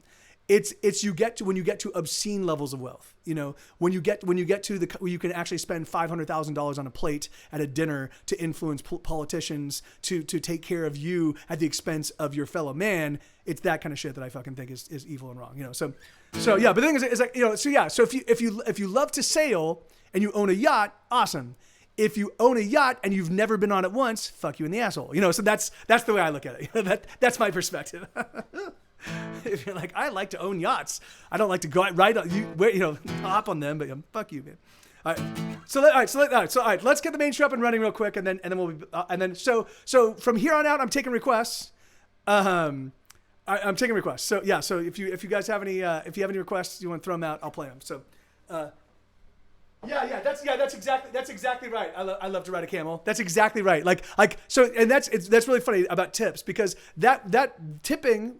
The reason why Americans tip is because it was literally designed to shortchange African Americans, right? So we implemented tipping because the thing is, because often you had, or at least one of the components. So the thing is, so you gave people the option of not having being able to limit the wage of people that you didn't like, for whatever reason, but often it was racial, and so the thing is, so it's already tipping is already a sort of has its roots in racism, and then everybody it's just like, yeah. Anyway, Anyway, and again, if anybody knows a lot more about that story and you want to like elucidate further, that's awesome. But the thing is like I do know I read an article a couple of years ago where they were talking about the roots of tipping, and it was pretty in depth, and so I did a little bit of follow up, but I haven't really talked about that in a long time, but that's exactly right. So I mean, you're a billionaire, you've got more money than you know what to do with, and then you choose not to pay the person that they pay, that they make $3 an hour plus tips. So what you decided is all of their work was only worth $3 an hour for you at that moment, or not even that $3 an hour, only a fraction of that $3 an hour because they were serving other tables. Fuck you in the asshole. If that's the kind of billionaire you are, fuck you in the asshole. So, all right, give me 1 second. Let's do.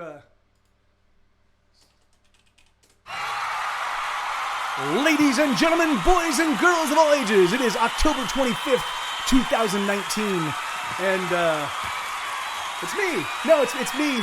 It's me, Michael Torres, Mild Manner Michael Torres. But let's get to Mike TV out here. So, Exu, roots are all good, but now it's just wrong to let them work on tips.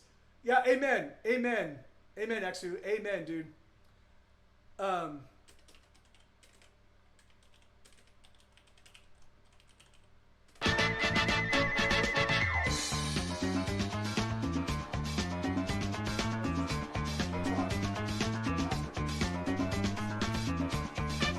Boom, everybody's been my TV. I just appeared out of nowhere. I know, like magic. Look at that. Poof, here I am.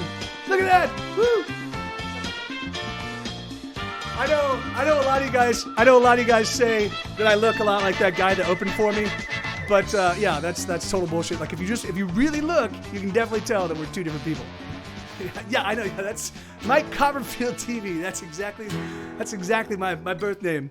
All right, so this is a song called yeah, that's exactly right, Revis. So this is a song called Rat Race.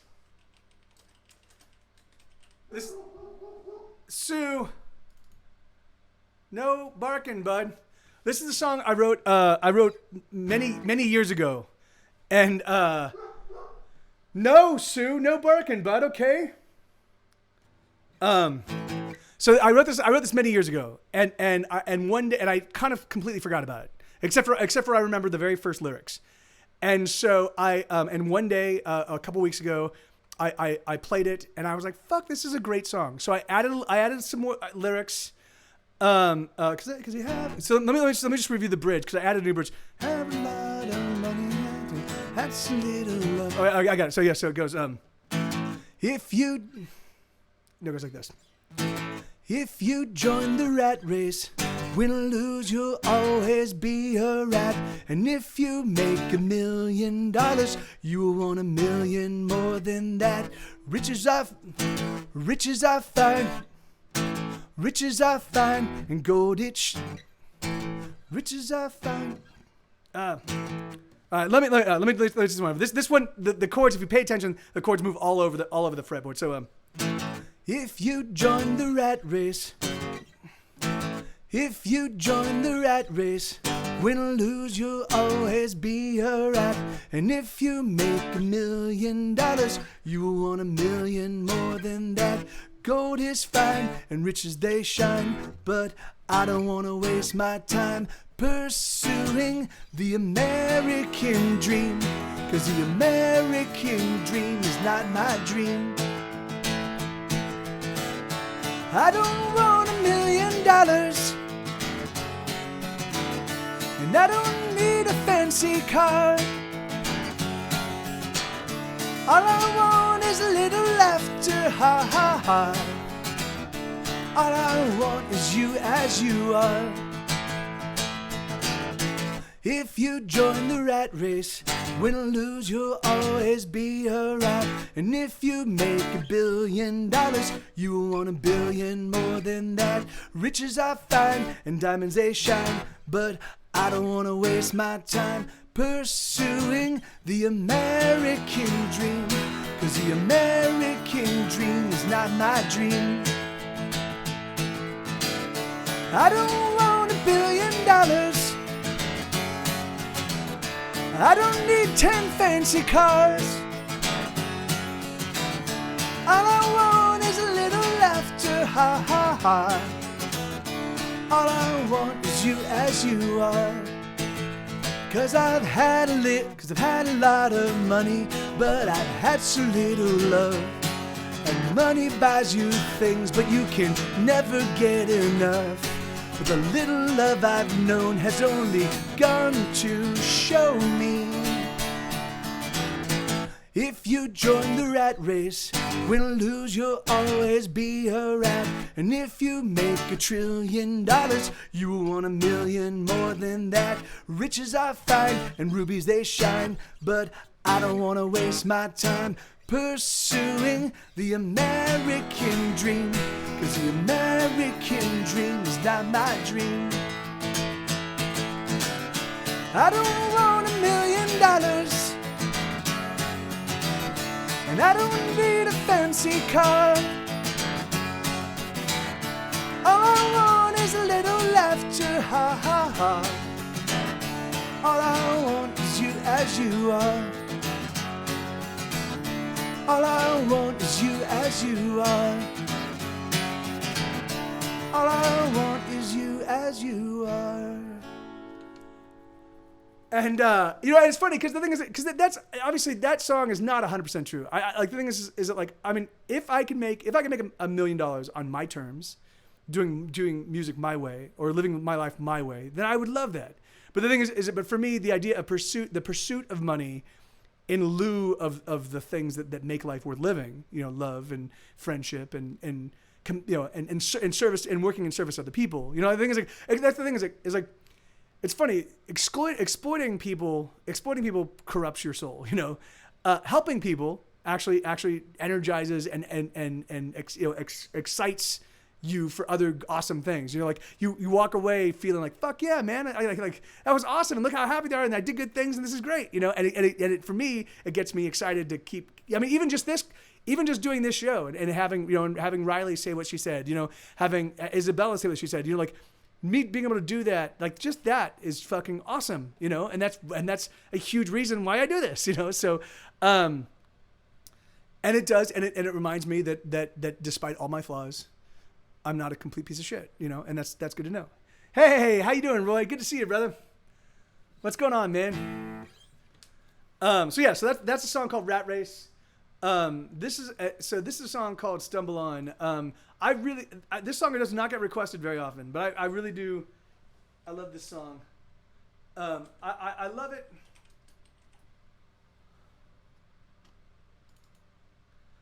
It's funny. There seems to be a theme tonight in terms of the songs I'm playing. Because this song is what I love about it is it really is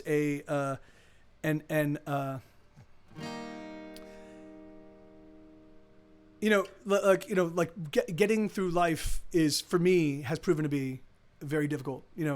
I'm constantly tripping. I'm constantly falling. I'm constantly falling flat on my face, and I have to pick myself back up. I have to dust myself off.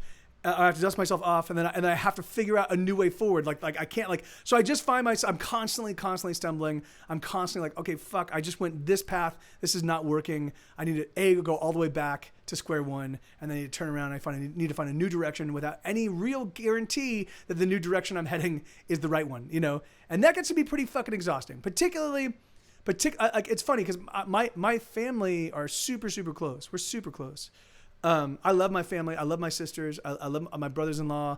I love my little brother, and I love my sister-in-law. I love all my nieces. But we don't really communicate a lot. For whatever reason. Like I can go for months and months and months without talking with them. I have friends who talk to their siblings like almost every day. And so for me, it kind of.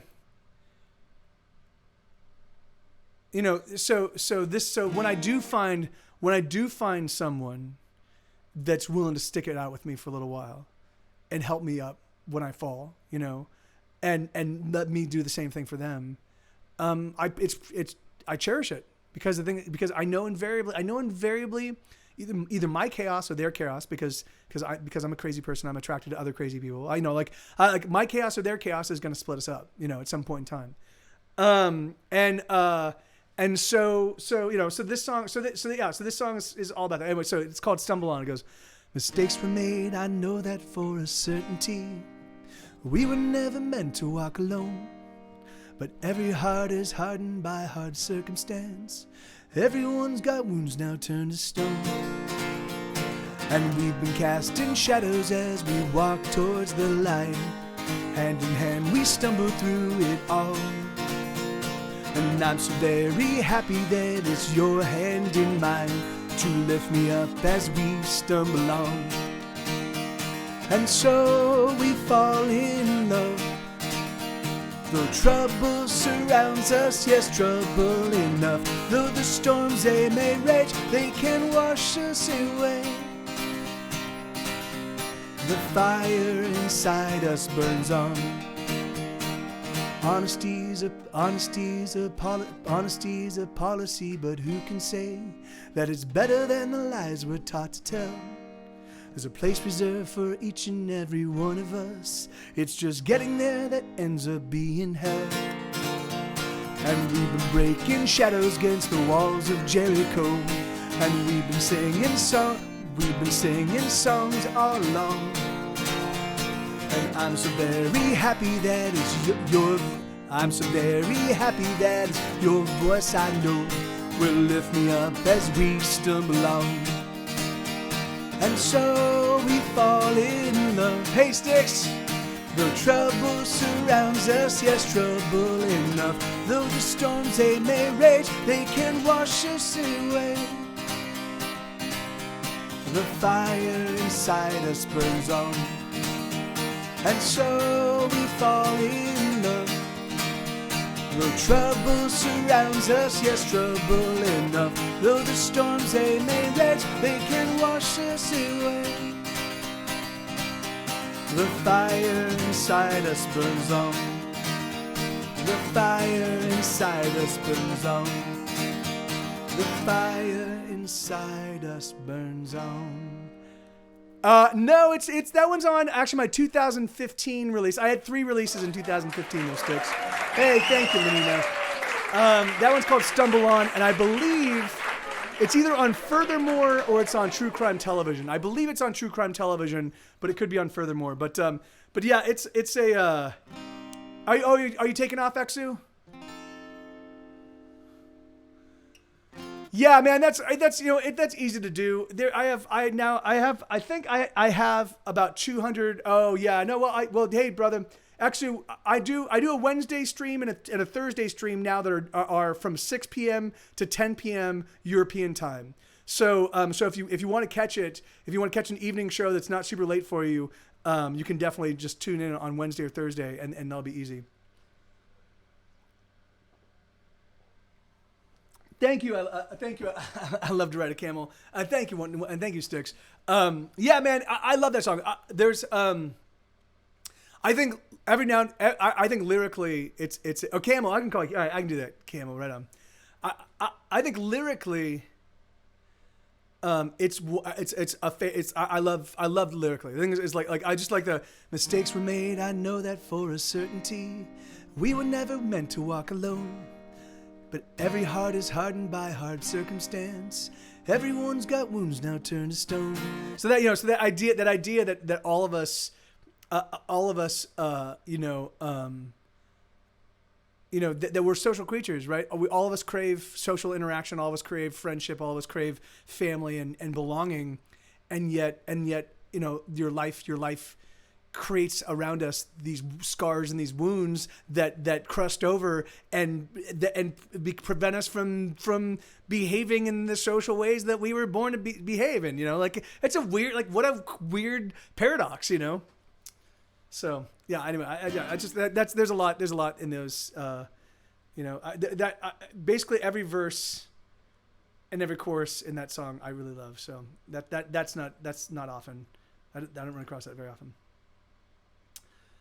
Oh yeah, yes. Someday maybe, yes. Someday maybe. Someday I will treat you good. So if you guys don't know, there's a band called Sparkle Horse. If you don't know Sparkle Horse, their first album, which is it's like Dixie Trans, it's like Trans Submarine Dixie, but they've got a song. I think it's called Someday.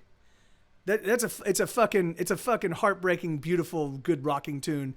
That whole album is amazing. But that song in particular, like that's one of the few songs that just for over the years keeps popping into my head, and I'm like, I fucking love that song. Okay, so this one goes. I've been wait. Playing the piano, I can barely play a tune. But I've been writing you a song. Okay, so we go. So I've been shut up in my room, playing the piano. I can barely play a tune, but I've been writing you a song.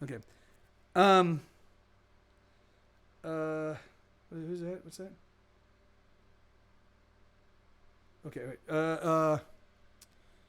Yeah. I'm not gonna be able to pick it up. I'm not gonna be able to listen to the message until after I'm done. So let me set an alarm. That's what I was doing. Setting an alarm for after the stream. So I'll set it for 10:30.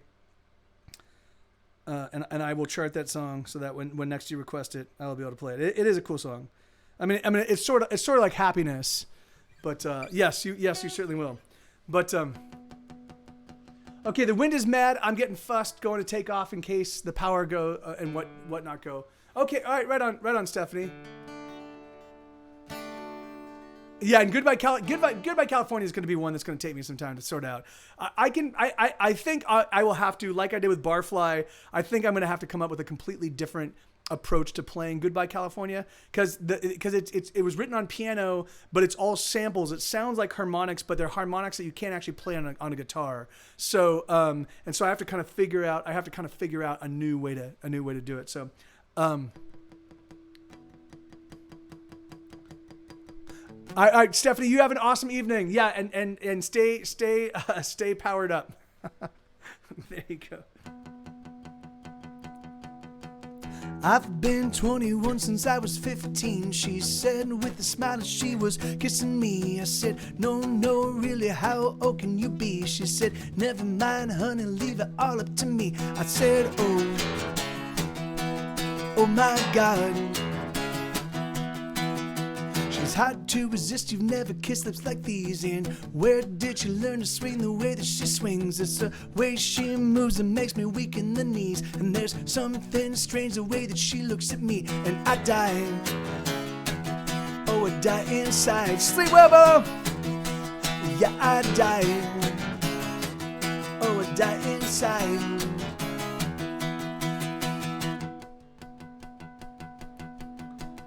Likes to mingle the pleasure and pain. I can't say I've ever been one for the cane, but the things she does, all to say is okay. I simply can't resist, I think I'm her slave. And I die, oh I die inside. Yeah, I die, oh I die inside.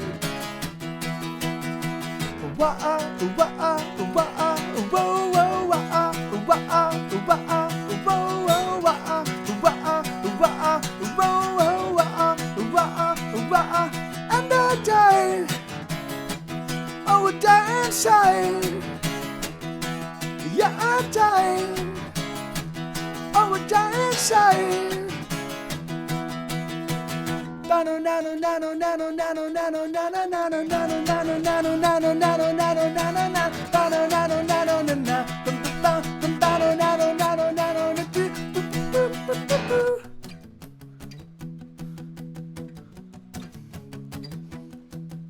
I'm up all night till she gets back at dawn. I say, hey baby, why gone so long? She says, oh my God, not the same old song. But when she undresses, she's missing her thong. And I die, oh I die inside.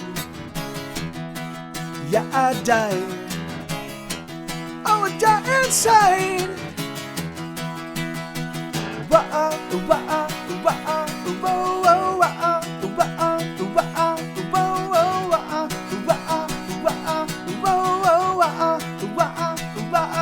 And I die, oh I die inside. Yeah, I die, oh I die inside.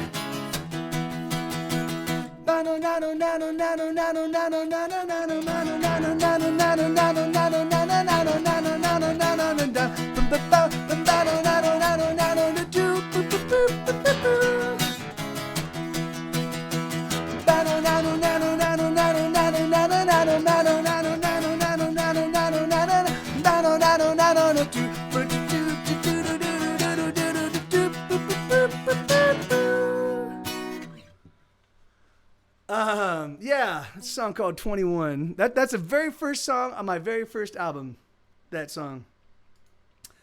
The Rain is Here to Stay. This is a song on For a long time, my favorite thing that I ever put out ever was an EP called Wicked Hands, which is funny because it's got the worst artwork and the best music. But now I believe my newest record, Hesitation Cuts, has trumped.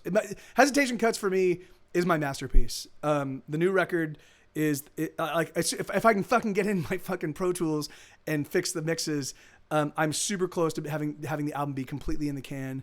I'm gonna upload it to my internet distributor and just get it out to the world. But I fucking love like pound for pound.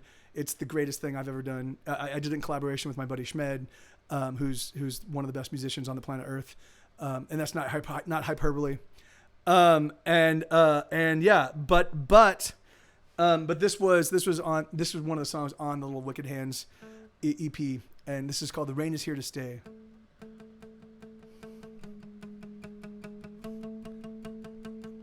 And Bolo, are you still here? Let me see. First, I just want to say, if he's still here, I just want to say goodbye to him. Okay, no, it looks like he's gone. Alas. Oh well. Okay, here we go.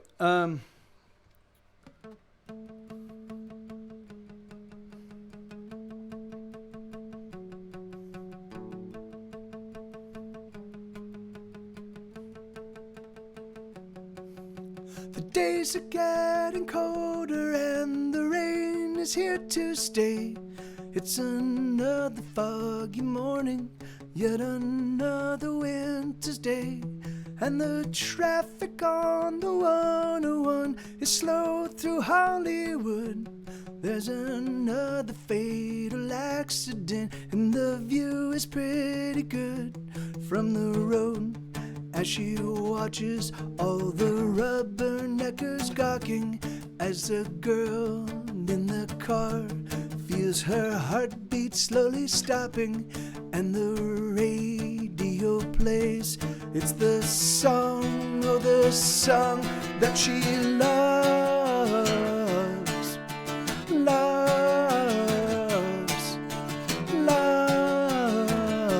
no more.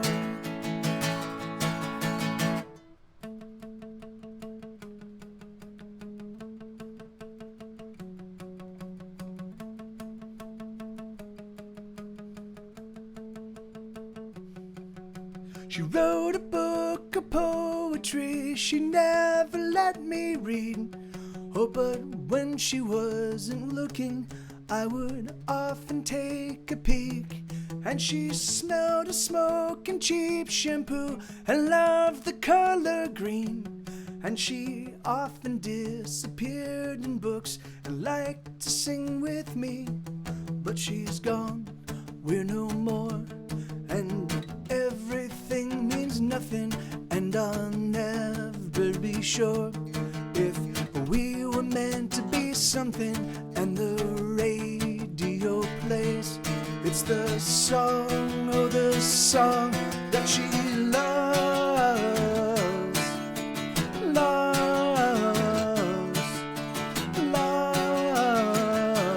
no more. And the radio plays her favorite song, and I can see her as she sings along, as she sings along to a favorite song, as she sings along to a favorite song. It's all I've got since she's gone, is a favorite song. Yeah, right on. So let me see. What am I doing?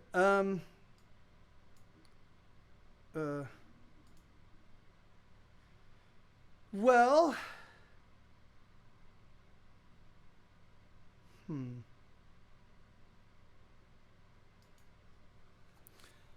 all right, I'm just gonna play.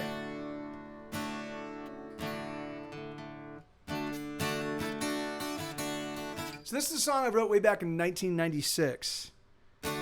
No, 1997, but thank you, Camel. Thank you, man. Yeah, that's I love that song. That's, in fact, I should play that whole EP. There are some good songs on it.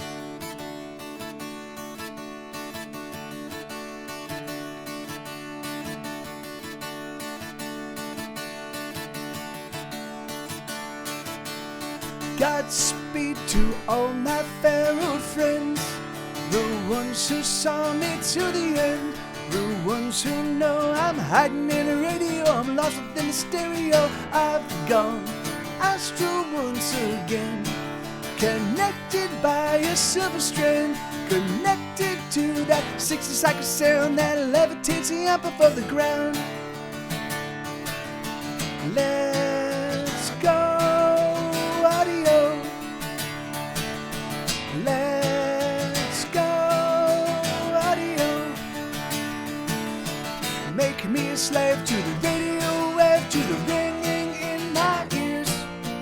Make me a slave to the radio. Make me a slave to the radio wave, to the ringing in my ears. What do you hear?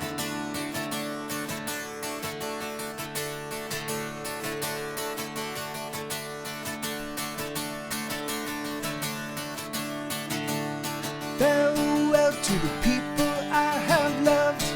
I'm somewhere up above. I'm somewhere I am lost in a decibel, a number and a decimal. Let's write another song or two, another song for you, another song to capture me and rapture me. Whoa. Let's go audio. Let's go audio. Make me a slave to the radio wave, to the ringing in my ears. Make me a slave to the radio wave, to the ringing in my ears. What do you hear?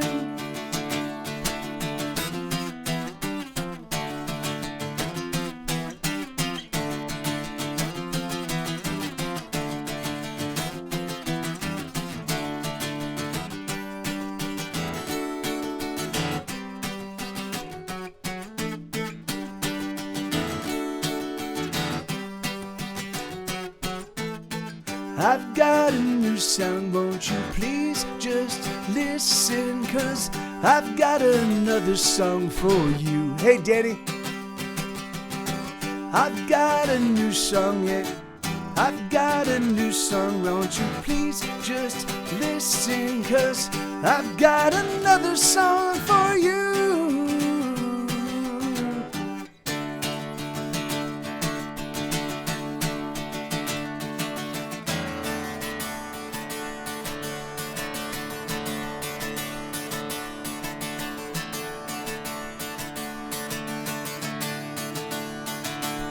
Godspeed to all my fellow friends, the ones who saw me to the end, the ones who know I'm hiding in the radio, I'm lost within the stereo again.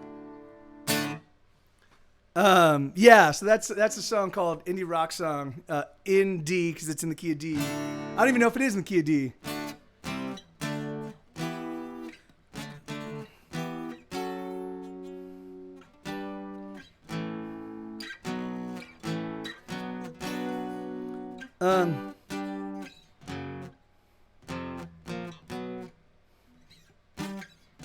That's G. It seems like it is.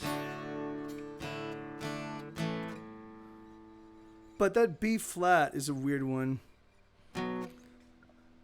Anyway, I don't know. It could modulate. I'd have to really think about it, and I don't have that time or capacity right now. That's all stuff that I've only really kind of become fully aware of over the past year and change. Fuck Christmas. All right. This is another one that is often. And how you doing, Danny? Are you up for doing some gaming this evening after the stream? I need to chart a song real quick, but it won't take me that long. And then I'm free. If you want to do a little gaming. Fuck Christmas. All right, so this is so I don't know about you guys. I forgot to talk about Indie Rock Song. Well, whatever. I'll let that one slide. I'll talk about it next time. Next time I play it.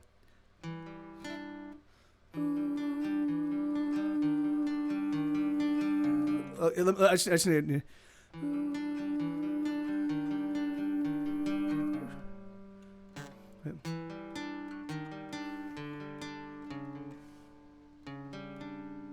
Okay, let me turn it.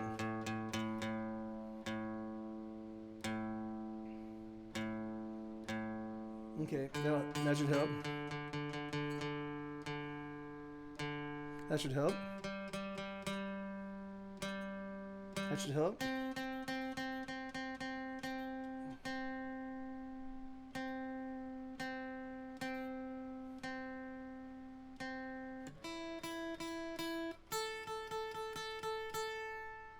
Okay, so awesome, right on, Danny. Awesome, man. So this song's called "Fuck Christmas." I don't know how many. Christmas for me for the past 5 years has been for the past since 2017. Christmas for me has been a very lonely affair. I've been broke, and it's just been anyway. So.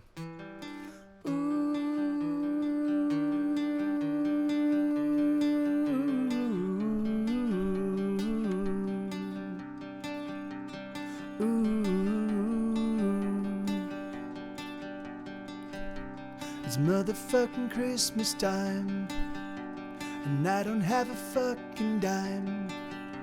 It doesn't matter anyhow, 'cause I've been feeling plenty down. I'm blue, so what can I do?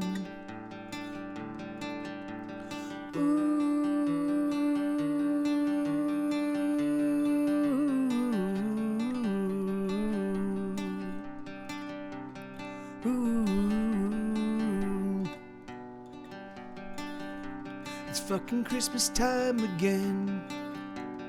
Will the season never end? Every time I turn around, Christmas comes bearing down. My God, make it stop. I'm so tired of Christmas. I'm so tired of Christmas. Fuck Christmas. There we go. Sorry. Fuck Christmas. Fuck Christmas. Fuck Christmas time.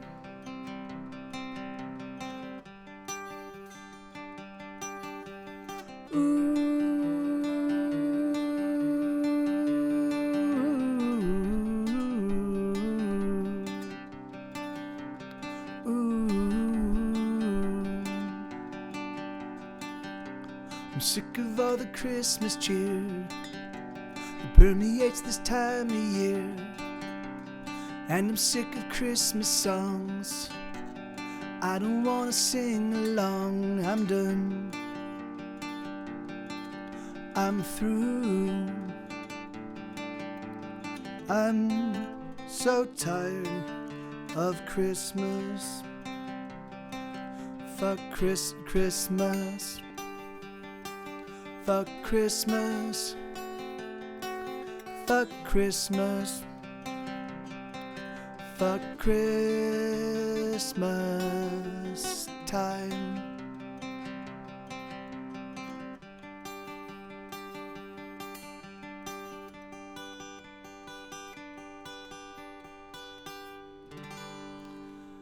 Yeah, that song. If I know I'm gonna play it in it, like I usually start practicing it right around now, and I usually play it throughout November, December, maybe even a little bit in January. But yeah, I haven't played that one in some time, and yeah, I'm so tired of Christmas. Fuck. I'm so tired of Christmas. Fuck Christmas. Fuck Christmas. Fuck Christmas.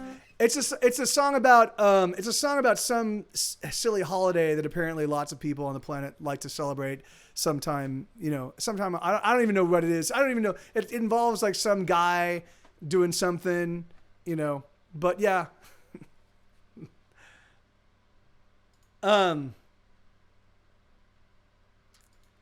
Here we go. Great Infinite Wild. I like this song. I haven't played this one. I don't play this one very often.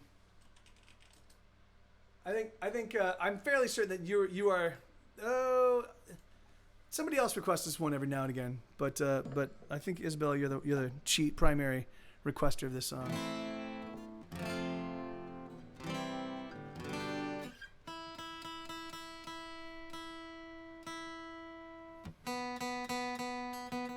Really? Come on.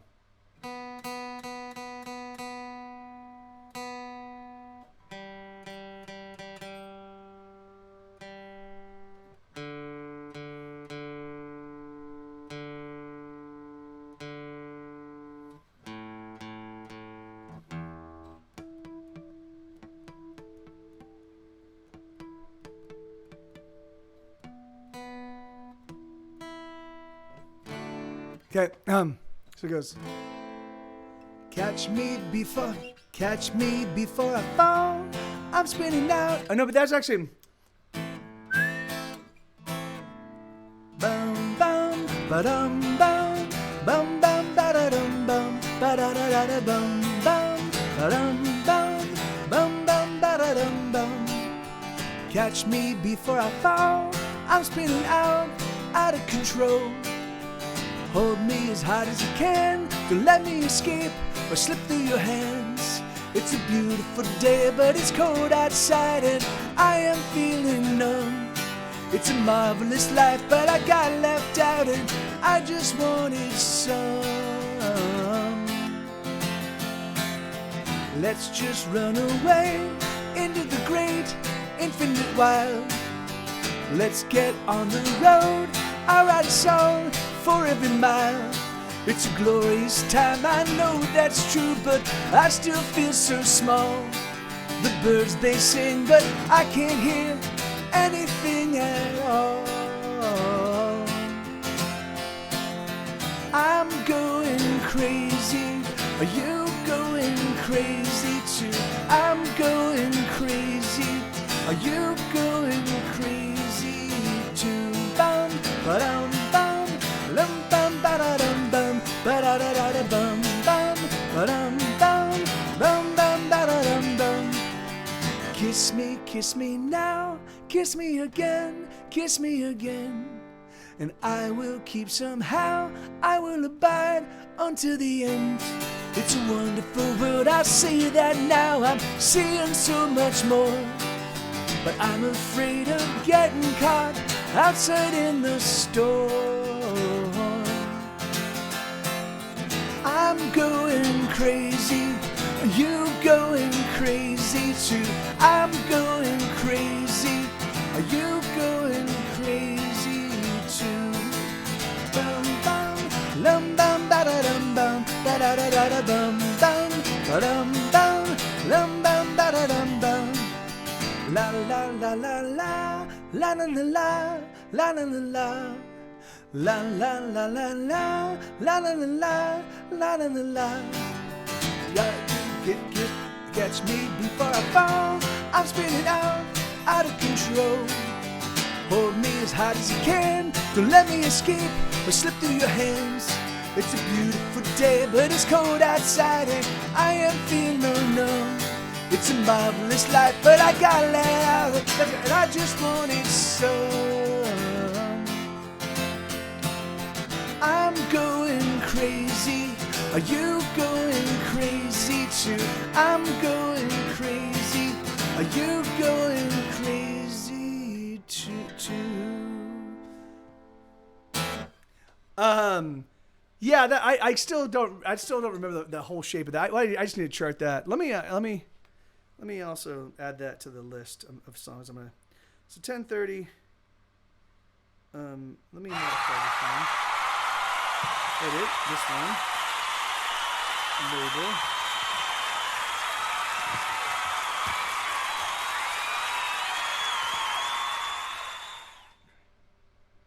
Create Infinite Wild. All right, cool. All right, awesome, perfect. Thank you guys. And hey, thank you, Isabella. Hey, right on. That's great, Camel.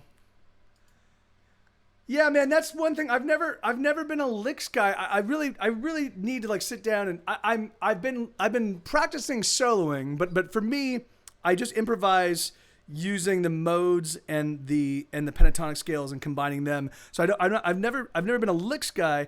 And the thing is and every now and again, Super Trey Wonder, who's an amazing licks guy, he'll show me some. I'll be like, how did you play that? And he'll show me the lick, and I'm like, oh, that's great. And it's like, and then I don't practice it. So I'm like, great, awesome.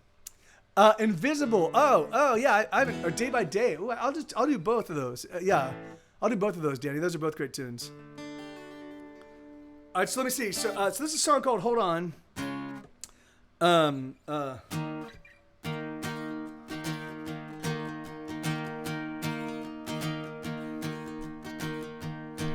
Sometimes you wake up broken,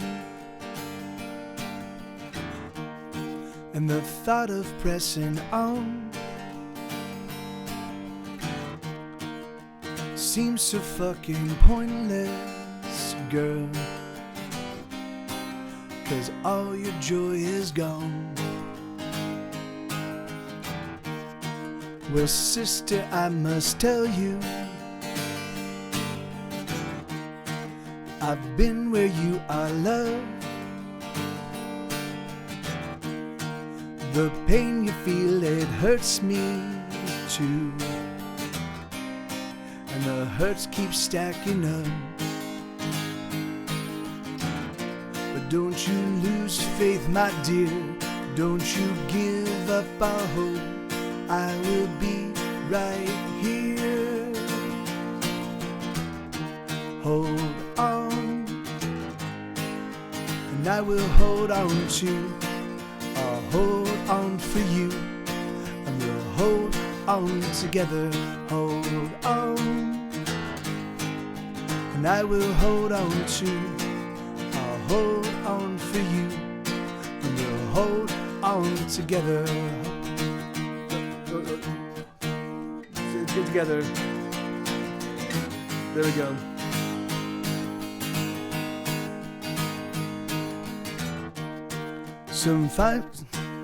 Sometimes you feel unwelcome, unwanted and unloved, and there's no place that feels like home, and there's no God above. I know that soul-sick loneliness, I know it all too well. And even in the company of friends, you're in a private hell. But don't you lose faith, my dear. Don't you give up our hope. I will be right here. Hold on, and I will hold on to. I'll hold on for you, and we'll hold on together. Hold on, and I will hold on to. I'll hold on for you, and we'll hold on together. Hold on, hold on, hold on. You'll see, we might just be alright. We might just be okay. We might just be alright. We might just be okay.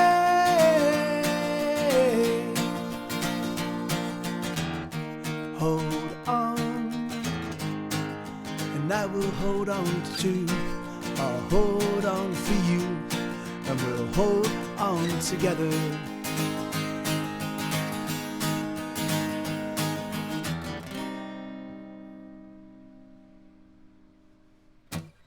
Yeah, that's a song called "Hold On." Sorry, I kind of fucked that one up. I don't know why. That one, I just kind of got a little.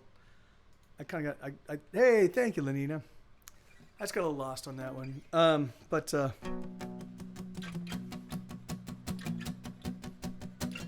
Thank you, Danny. Kimmel. Hey, Paper Cat, right on, brother. Thank you, man. I hope that didn't hurt your fingers too much, brother. Yeah. So what is? So is it carpal tunnel that's hurting you? Or is it just the smashing of the keys? But thank you so much, brother.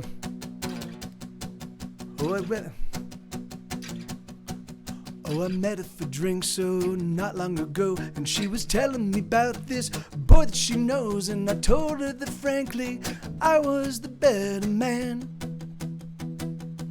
She was beautiful then, and she's beautiful now, so I don't understand why it's not working out. She tells me that she wants me, but she never wants to hold my hand. Oh, tell all the world that you love me, show all the world that you are mine. Why must I hide the joy inside me? Why must a love be dumb and blind? Are you afraid? Is she afraid? Are you afraid? Are you afraid? Is she afraid? Are you afraid? And know what? I see what you're asking about, Camel. Sorry, man. I forgot to tell the stories behind the songs. Fuck. Well, we went out last night with some of her friends, and I got a bit drunk and tried kissing her lips, but she pushed me away, and there was cold iron behind her eyes. And I don't understand, 'cause when we're alone, she turns something on and brings back the glow. Oh, this just can't be love, but 'cause love shouldn't hurt this much. Oh, tell all the world that you love me, show all the world that you are mine.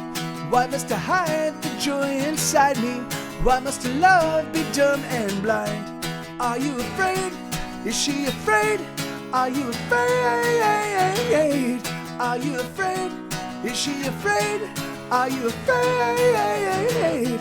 And oh, what are you hiding from? We're not getting any younger, lover. Don't you let us go. Are you afraid? What are you running from? We're not getting any younger, lover. Don't you let us go.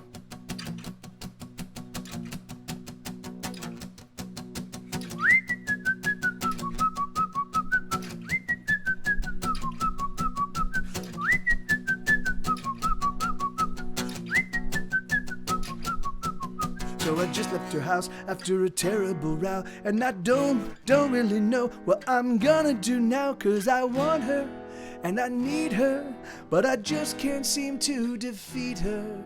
Oh, I don't know what I'm gonna do without her. Yeah, I totally forgot. Yeah, and I'm so sorry, Camel. I thought you were joking. I thought you were joking after I played a Fuck Christmas, and you asked what that one was about, and I was like, oh, it's about fucking, saying Fuck Christmas. But you're right. I should have been elucidating with stories. I forgot. So, and it will take me a little while to kind of wrap my head around this new format. But yeah, Sticks, what I've been doing is rather than making kind of gamifying the mother effing story time, I realized that it would behoove me to instead kind of talk after I play a song, kind of talk a little bit about what went in the writing of the song, because what happens is there's a lot people request a lot deeper cuts when we do the mother effing story time. Often people request the same songs, so it's like the same 30 or 40 songs. I tell the stories over and over and over again. But when we do the request queue, people do throw out all sorts of songs that I didn't that I haven't played in a while. And there are I have hundreds of songs. There are hundreds of stories that I have yet to tell about a lot of these songs, and a lot of the messages, And so I just figured out so that way I just do a little truncated kind of story time with each song, and it's been fun. It's been fun for me, and yeah, me too, Isabella. Yeah, that's exactly right. That's me. That's exactly right. So that one's called Cold Iron, and then in parentheses, Bring Back the Glow. And this was the second song commission I ever did. So I was really broke, and I was hurting for money, and I hopped on Facebook, and I was like, hey, is there anybody that might be interested in commissioning a song from me? I could do it for like $300 and I'll write a song about whatever you want, you know, cause I'm really hurting for cash. And so somebody this friend of mine got back to me and she was like, yeah, you know, like actually I'd love for you to write a song. So she kicked down some cash and I was like, okay, what do you want the song to be about? And she was like, well, I just broke up with my boyfriend because he was not really into, because I'm not very comfortable with PDA, you know, public displays of affection. And he felt that it was kind of like I was hiding him, you know, that I wasn't, I was, you know, like, and so she was like, I was wondering if you could write a song from his perspective, you know, write a song kind of explaining to me why it is that, you know, like, and I was like, really? Like, you're like, really? You want me to, yeah, no, yeah, and that's, you know, it's funny. So I was like, okay, well, I mean, the thing is like, so she told me about the details of their relationship, where they met, and kind of like, and she gave me some examples of kind of the stuff that had happened with her. And I turned it into a song, and it was, you know, and the thing is like, and I know she liked it, but I wonder if it, that's the one thing I never really actually got. When I talked to her, I'm not 100% certain how true. I'm not certain if it resonated with her in a true way. You know, I took the details of her life. That's very true, New Zealand Ninja. You know, it's the. I didn't Camel. I try not, unless they say that they actually want their name in the song. I try to avoid names, you know, because I think, well, that's not so. I for the most part, I try to avoid names. Sometimes the chorus kind of rolls around and their name is an integral part of the chorus, and I just kind of go where the song takes me, you know. But yeah. But that would be great if you could mention their full name. Well, I mean, but you know, if they want, in fact, so the thing is, like, so somebody actually commissioned a song from me. He had a girlfriend. So they weren't even dating; they were just good friends, and her name was Elise Gunderson, and he wanted me to have her name in the actual song. And so I wrote a song from her dog's perspective. She had this little dog named Peapod.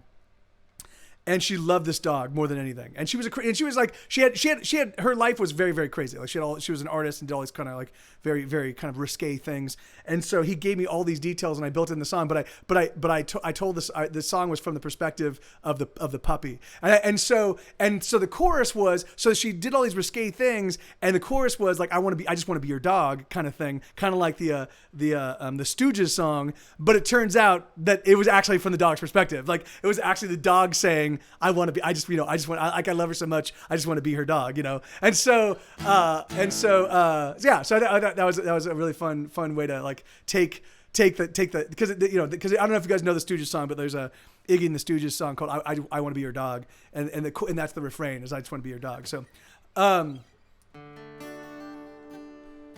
yeah, you fucking dick. Yeah, Camel. Yeah. Yeah, I too love the Stooges. I mean, I some of their songs I can take or leave, but they're great songs or amazing songs. You know, I'm a big fan of. It's funny as I get older, I have less. Hey Bobcat, how you doing, man? Good to see you, brother. I have less and less. I have less and less patience with songs I don't like. You know, I used to be. I definitely will still listen to a whole record. Hold on, you guys hear that? Good to see you, brother. I have less and less patience with songs. Like, the thing is, like, because you know, like I'm like I don't want to waste my time, but I still will listen to a whole record. I will listen to a whole record and try to digest why they put the songs on the album. And you know, but the thing is I usually end up finding like I'll listen to the whole record, you know, 10 times, and then I'll end up cherry picking the songs I really love and listen to those. But you know, which is not the way I used to listen to albums. That's only something that's happened recently over the past couple of years. But that I think that's okay. I've been doing this for a long time. I think I've earned the right to skip the occasional song or two.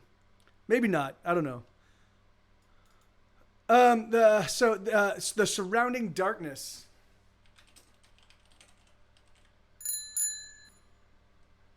Yeah, well, and it's funny because the thing is that like, yeah. So for me, like that's the thing is like, I have to listen to a whole record a few times to really determine if I like because sometimes like there's an album Pavement's very first record, Slanted and Enchanted.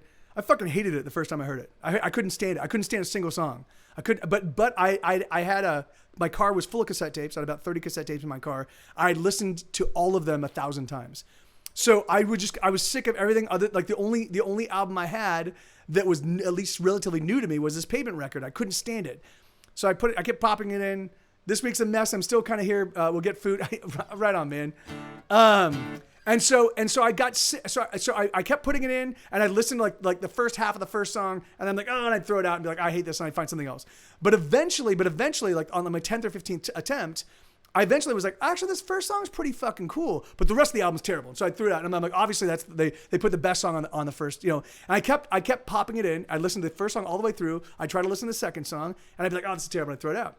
But then eventually I realized I love the first two songs. I'm like, oh, the first two songs are amazing. The rest of the album's terrible. By the time I loved the third song, I was like, okay, Mike, you have to just listen to this record. And so I just forced myself to just listen to it. And as I was able to wrap my head around the songwriting and wrap my head around their sounds and all of a sudden I was like, motherfucker. And it became my favorite record, and it became a transformative album for me. And it literally informed music that I make to this day. I still will do Pavement influenced things to this day. So had I not taken the patience, had I not had the patience to actually listen to it, it's called Slanted. It's Pavement. The band's called Pavement, like street pavement, and it's their first record. It's called Slanted and Enchanted. I recently found that the band that I got my first cassette of is now awesome. Oh yeah, I love the Cold. Yeah, I love the Cold. That's really funny. I had an old girlfriend in high school. Her mom went to go see a Cold concert. Her mom was awesome. And Ian Asbury, I think is the lead singer of the Colt's name. And she was like, he was just looking at me he was just singing to me the entire time. And then I'm like, you're a beautiful woman. That's entirely possible. But it was just crazy. So that's always been emblazoned in my memory is like, and I have seen the Colt a handful of times, but for whatever reason, the first time I ever heard about somebody going to a Colt show, it was just about Ian singing Drake directly to her. So I'm like, all right. Same thing happening with Nine Inch Nails. At first, it felt like noise, but then that's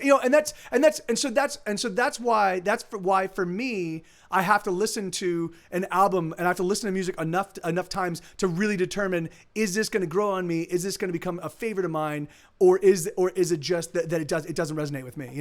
And so.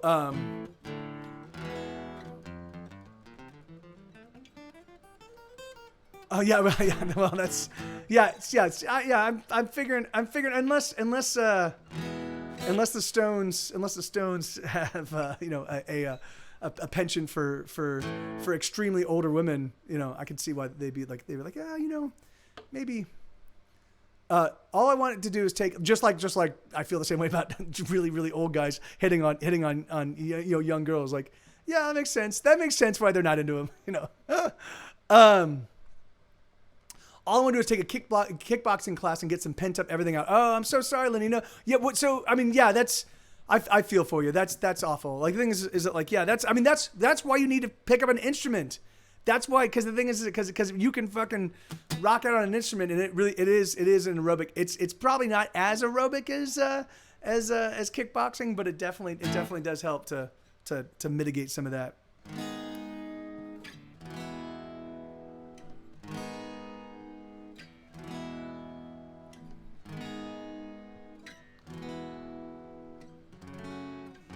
Yes, you're right. A drum set would certainly help. Yes. Let me get this right. That progression right.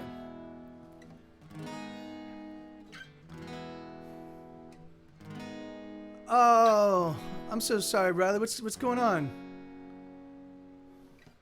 I never wanted this, and now I don't know how to fix the holes or let the water in, and I don't have the skill nor all the tools to fix the holes. The water pools around my feet. I watch the water rise. But I look out and see the sun as it sets for me. It's beautiful as I take it in. I can't, hold on. No, I can't say I'm so selfish. I'm so horrible. I'm a cunt. I hate it. I fucking kill me. All right. So,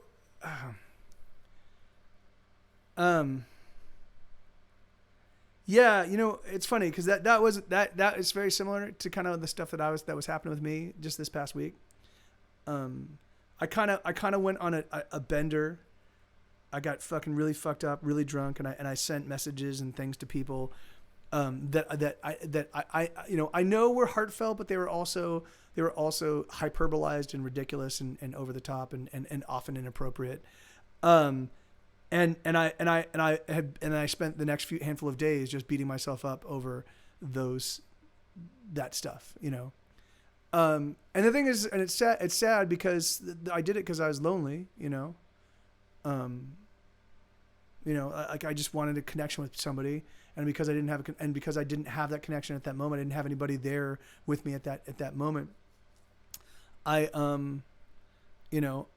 just fucking took advantage of friendships, you know, and it was awful, you know.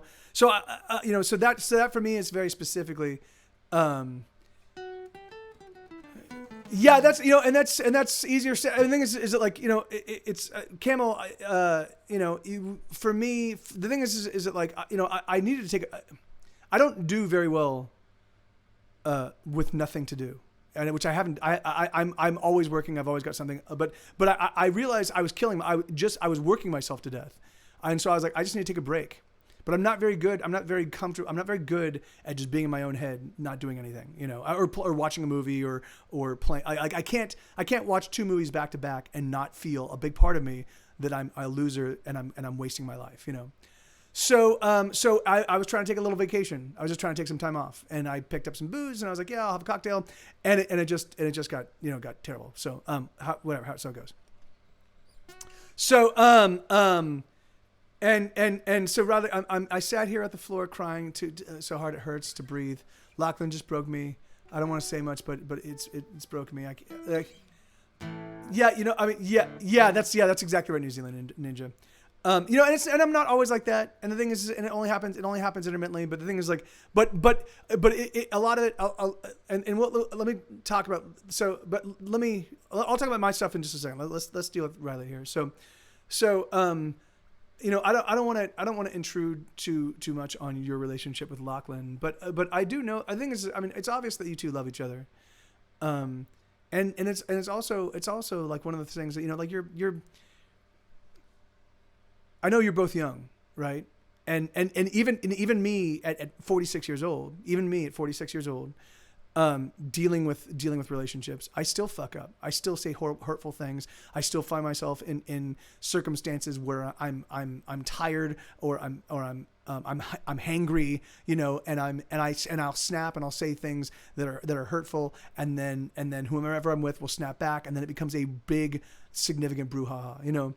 And often things are things that were not, that felt right at that moment, that upon reflection were completely bald-faced, horribly wrong, and I have to, so things like, it's like, and that's me at 46. That's me as an adult having a whole litany of experiences and skill sets to work from to avoid that kind of stuff, and I still find myself in that position from time to time, you know. So the thing is that, like, so don't, like really truthfully, you know, like, don't.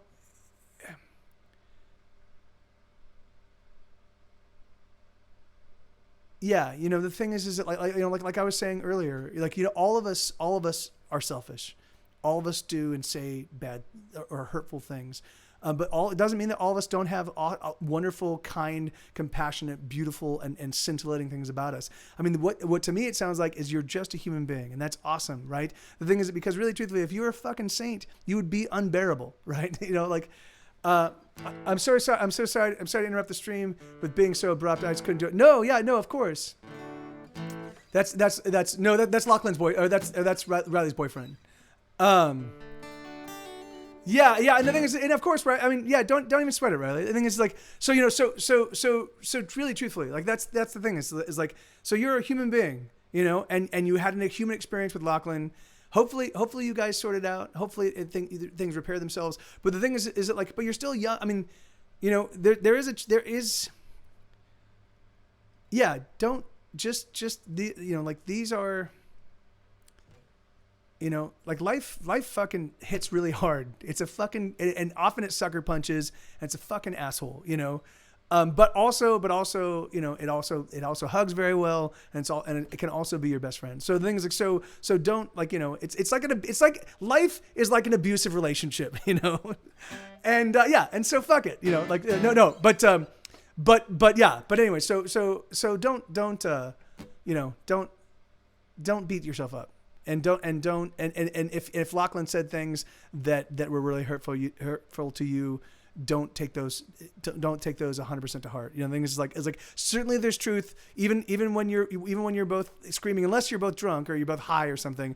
Even when you're screaming, the thing is there might be some kernels of truth in that. You might want to parse what was said, but not right now. Just like let yourself vent and let yourself feel right. As someone who has been through some shit, I can tell you that you will feel better after good sleep. Amen. Amen. I don't know what happened, but you're.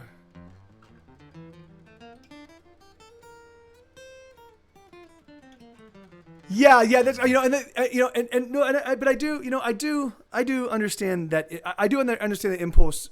I do get like the vicissitudes that you're currently facing right now. You don't really have a lot of people in your life that are sharing your life experience, right? And I definitely do think that you should find people that you like you really should find other people that have kind of gone tread the path that you've tread before, and have and reach out to them and build them as a resource. So when you find yourself in these situations, you can I mean, certainly, I try to help as much as I possibly can. I certainly am a very flawed individual, who is struggling to keep myself afloat, and B, I mean, the thing is like I often have suicidal ideation often. The thing is, but I also know that that is a permanent solution to a temporary problem, and the thing is and I know that it will sow so much hurt into the world around me. I can't be that selfish because I don't want to hurt people that much. Like that for me is the ultimate selfishness, right?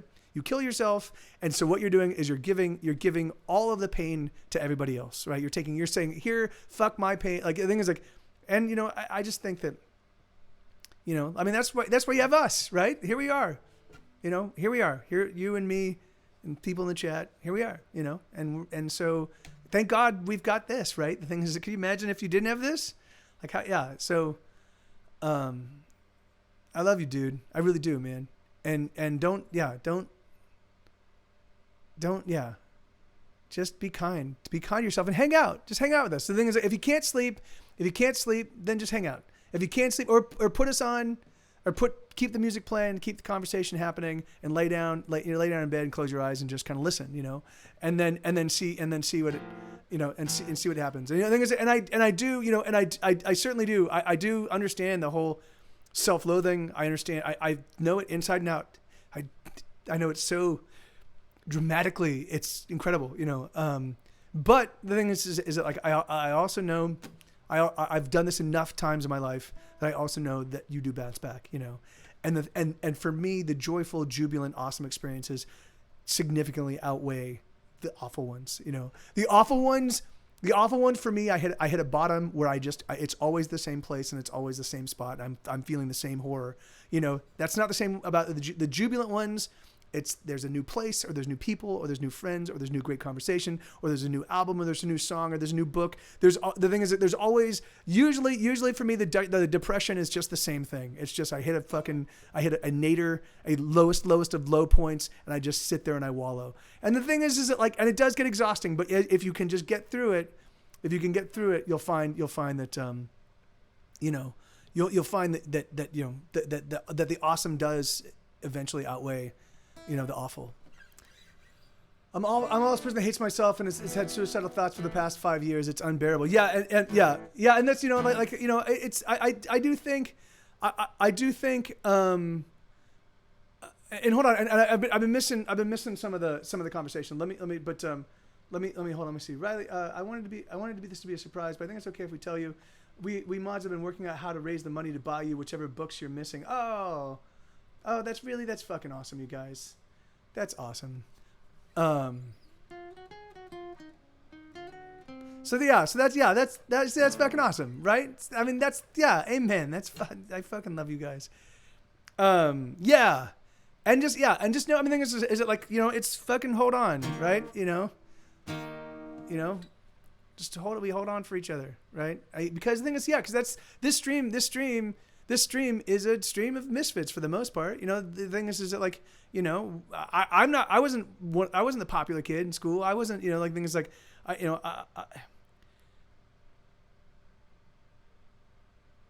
my whole, everything I've done has been, like, it's just, anyway. Yeah, just.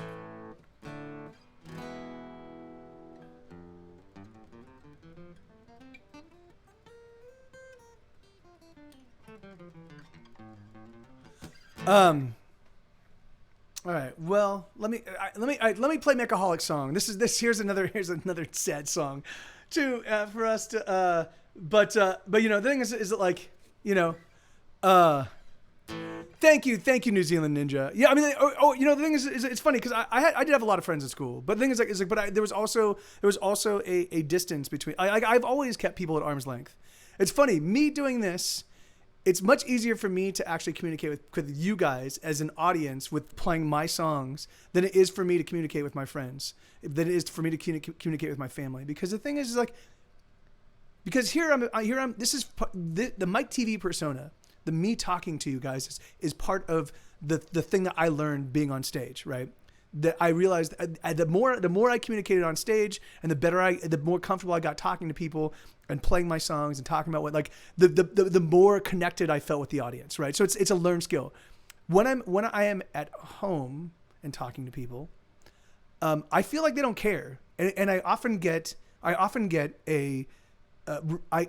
indications that they don't care, or that I'm putting them out, or that I'm exhausting them, or that, and so you get to a point where you deal with that enough times, and you're like, okay, I just won't reach out to anybody. Like that, is that easier? And then when they stop reaching out to you, and you're not reaching out to them, then you go, oh yeah, it was exactly what I thought, So, and that's been my whole life. That's been my whole fucking life, So the thing is, I definitely know that, I definitely know that, I know that isolation. I know that self-loathing. I know those feelings of, and that's a great, and that's, for me, that's a great thing. I was like, I get to do this. Like this is what I do for a living, was my way of dealing with all the chaos that came before it.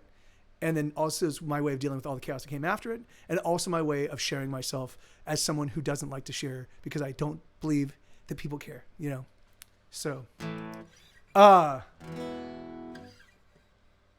yeah. That's exactly right. That's exactly right, New Zealand Ninja. And part of me wonders, like, anyway, whatever, anyway, but okay. So here, this is a song called The Surrounding Darkness, and it goes like this. And this is for you, or so this is supposed to represent water lapping against a boat. So it's you're in kind of calm seas, and this is water lapping up against a boat.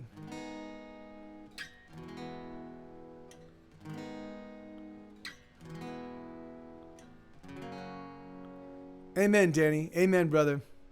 Serious, man. So this is water up against a boat. I love you, dude. I love all you guys. I really do. You folk here hanging out with us in the stream right now, whether you're just lurking or whether, like, the fact that all this has been going on, and if you're still here and hanging out with us, that fucking rocks my world. Yeah, it really does. I fucking love you. I really do. I love you guys with so much. It's crazy. Amen, Lenina. That's exactly right. Here we go.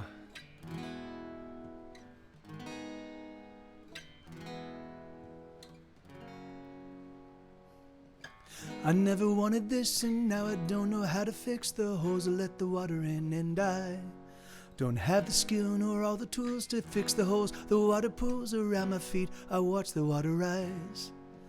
But I look out and see the sun as it sets for me. It's beautiful as I take it in. But I look out and see the sun setting for me. It's beautiful, but not as beautiful as you.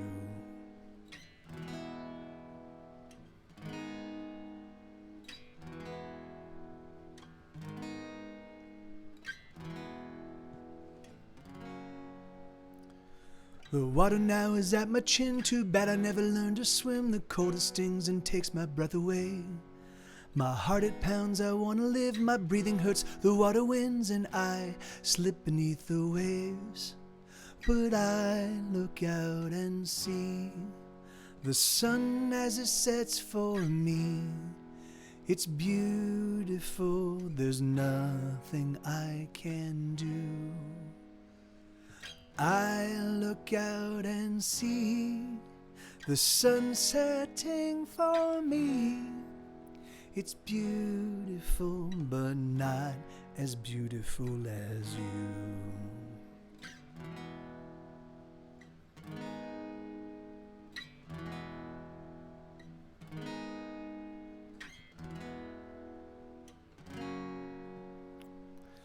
The water fills my lungs and I don't have the strength. I just can't fight into the icy depths. I succumb.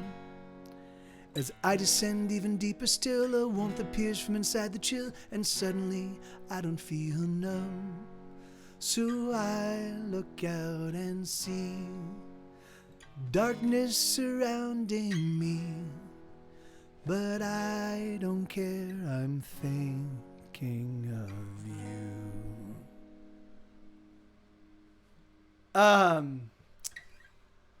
So yeah, so you know, it's funny because that song is, you know, it's another story song I've written. And it's funny because I was gonna play a whole bunch of story songs.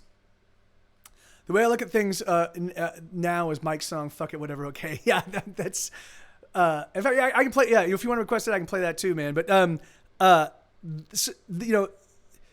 That song, "The Surrounding Darkness," is a story song, but it's also about the idea of accepting, you know, those moments where, you know, you are now caught in the vicinity, like, you know, like life swallows you up, and you see it happening, and you can do nothing about it, you know. And the thing is, and so you just have to find a way to make peace with that, you know. And the thing is, and I've got so many songs, "Fierce Butterflies," "Fuck It, Whatever, Okay." I've got so many songs that kind of address that, because the thing is, because that's really hard for me to do, you know. I rail against it because I know from a career standpoint, I'm a hard worker. I know I'm a reasonably kind person. I'm a reasonably empathetic person. Why is it that I find myself in this position? You know, why is it that I don't have people coming to my aid? You know, the way that but I don't that frequently. You know, the thing is, like, I'm working too hard. I'm doing too much. But the thing is, you know, but.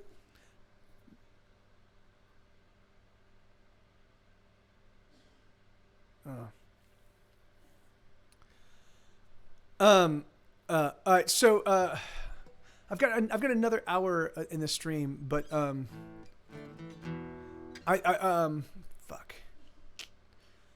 All right. Well, all right. I'll figure it out. But yeah, and Spotted Wolf. Yeah, man. I feel you on that, dude. I totally know. I totally know that. You know, I know that feeling, brother. You know, I mean, I've my entire new record has so many songs about loneliness. It's crazy, you know. And yeah, you know, I mean, here, give me just. Can you guys just play the soundboard for a second? I just want to go check on. Yeah, anyway, give me just 1 second. I'll be right back. Just thank you.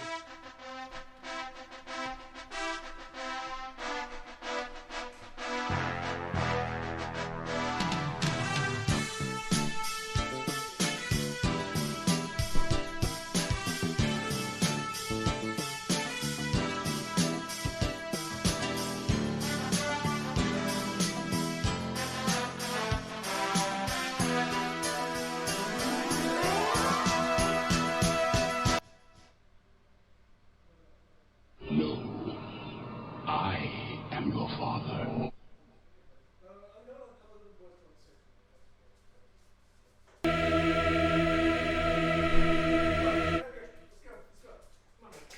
Right. How would you like to buy an old, round, and neat, a nearly perfect circle, tidy and complete?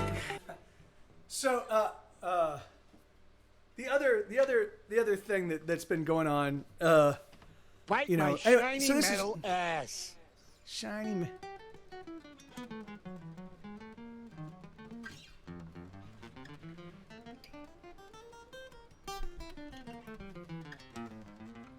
Yeah, not all of them. Not all of them, Camel. Like I said, like I'm a crazy person. I attract other crazy people. Here we go. Let's do Invisible. I mean, I'm not really a crazy person, you know. I'm just dedicated to what I mean. I'm dedicated to my art, you know. And I've made a pretty decent living at it, you know, over the past 20 years. You know, I've done it pretty well for myself, you know. I've also really struggled. It's always been a pain, you know. But the thing is, like, so there've been moments where no, he's the Great Pyrenees. Oh, isn't that right, buddy? So yeah, he's the Great Pyrenees, and then we think Rooster's a pointer. Yeah. So here we go. So this is a song called Invisible. It goes bum ba bum ba-dum, bum ba-dum, bum ba-dum, bum ba-dum. Yeah, he's 130 pounds. He's a huge dog. Yes, that's exactly right, Elix. Bum ba-dum, bum ba-dum, bum ba-dum, bum ba-dum, bum ba-dum, bum ba-dum, bum ba-dum, bum ba-dum, bum ba-dum, bum ba-dum, bum ba-dum, bum ba-dum, bum ba-dum, bum ba-dum, bum ba-dum, bum ba-dum. Let's go invisible. Let's try to disappear. Let's hold our breath till we fade away. We will disappear into a better day. We will walk unseen amongst our peers, singing songs that no one hears. Let's go intangible. Let's walk through the walls. And nothing will touch us, we'll float through the air. We'll pass through our troubles like they aren't there. And all of our wounds will be made whole again. And our hearts will never be broken. Bum ba dum bum ba dum bum ba dum bum ba dum bum ba dum bum ba dum bum ba dum bum ba dum bum ba dum bum ba dum bum ba dum bum ba dum bum ba dum bum ba dum bum ba dum bum ba dum. Let's never die. Let's live on, and we will remember, not be remembered. We will carry on singing the songs that we've heard, and our voices will carry through centuries more, echoing all of the lives gone before. Don't you want to live with me in an extraordinary life? Don't you want to live with me in an extraordinary life? Oh, bum ba dum bum ba dum bum ba dum bum ba dum bum ba dum bum ba dum bum ba dum bum ba dum bum ba dum bum ba dum bum ba dum bum ba bum ba dum bum ba dum bum ba dum bum. Let's get out of here. Let's just go.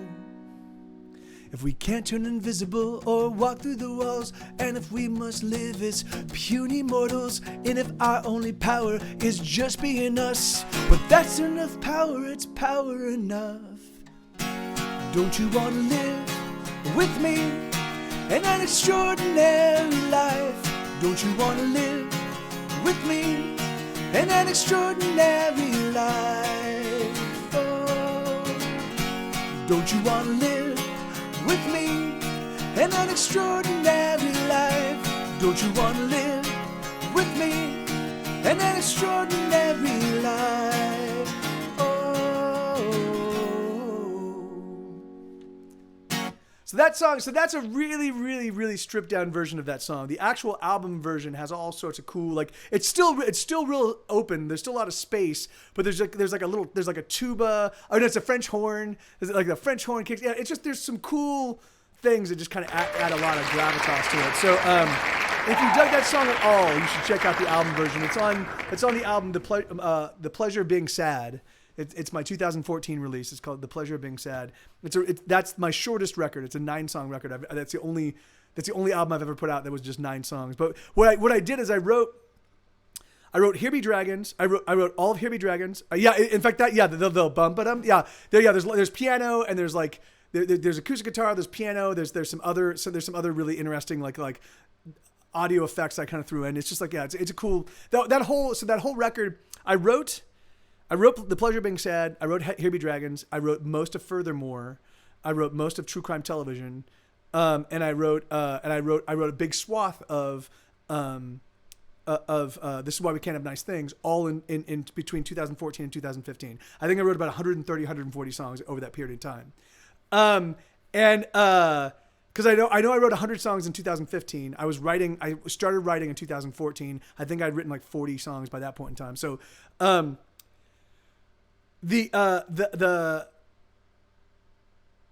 so I took all of this, The Pleasure of Being Sad. I took all of the really spare sounding songs that were piano and kind of like acoustic guitar that wasn't like, like really, it was lots of finger pick tunes and stuff like that. And I took 9 songs that were all kind of like these melancholy kind of tunes, and I just put together a 9-song album called The Pleasure of Being Sad. And that's and The Pleasure of Being Sad is actually Herman Melville, the guy that wrote Moby Dick. He called melancholy the pleasure of being sad. And so I was like, what a fucking the pleasure of it. That's so awesome. And so I stole it. That's right, because I'm a fucking thief. Fuck you, Herman Melville. All right, so and then this is another song off that same record. It's funny because this song was written back in like 1999, I think, maybe 2000, maybe 1998. But this one was written a long time ago, and I could never really find a record to put it on. And then I started working on these songs, and I was like, oh, this is where it goes. So, oh, absolutely, Riley, absolutely. And yeah, get some rest. I hope you wake up tomorrow with a completely new perspective and that things are awesome for you. But if not, you can always reach out. So this he bought a suit for this is too fast. He bought a suit for interviews he'd never go on. It hangs inside his closet, never thought of since he bought it. But when he runs across his friends from college, he will say, I'm pursuing my dreams day by day. Day by day. He met a girl, he met his wife, they split the bills and rent. They fell in love in August, by November they were spent. But when her parents visit on the holidays, he'll say, I'm pursuing my dreams day by day. Day by day. The years go by, and so do I. The years go by, and so do I. The years go by, and so do I. So do I. So do I. He doesn't love her anymore. She doesn't love him anymore. His love for her is gone. They thought it'd last forever, but it turns out they were wrong. But when he runs across his sympathetic ear, he'll say, I'm pursuing my dreams. I'm pursuing my dreams. I'm pursuing my dreams. I'm pursuing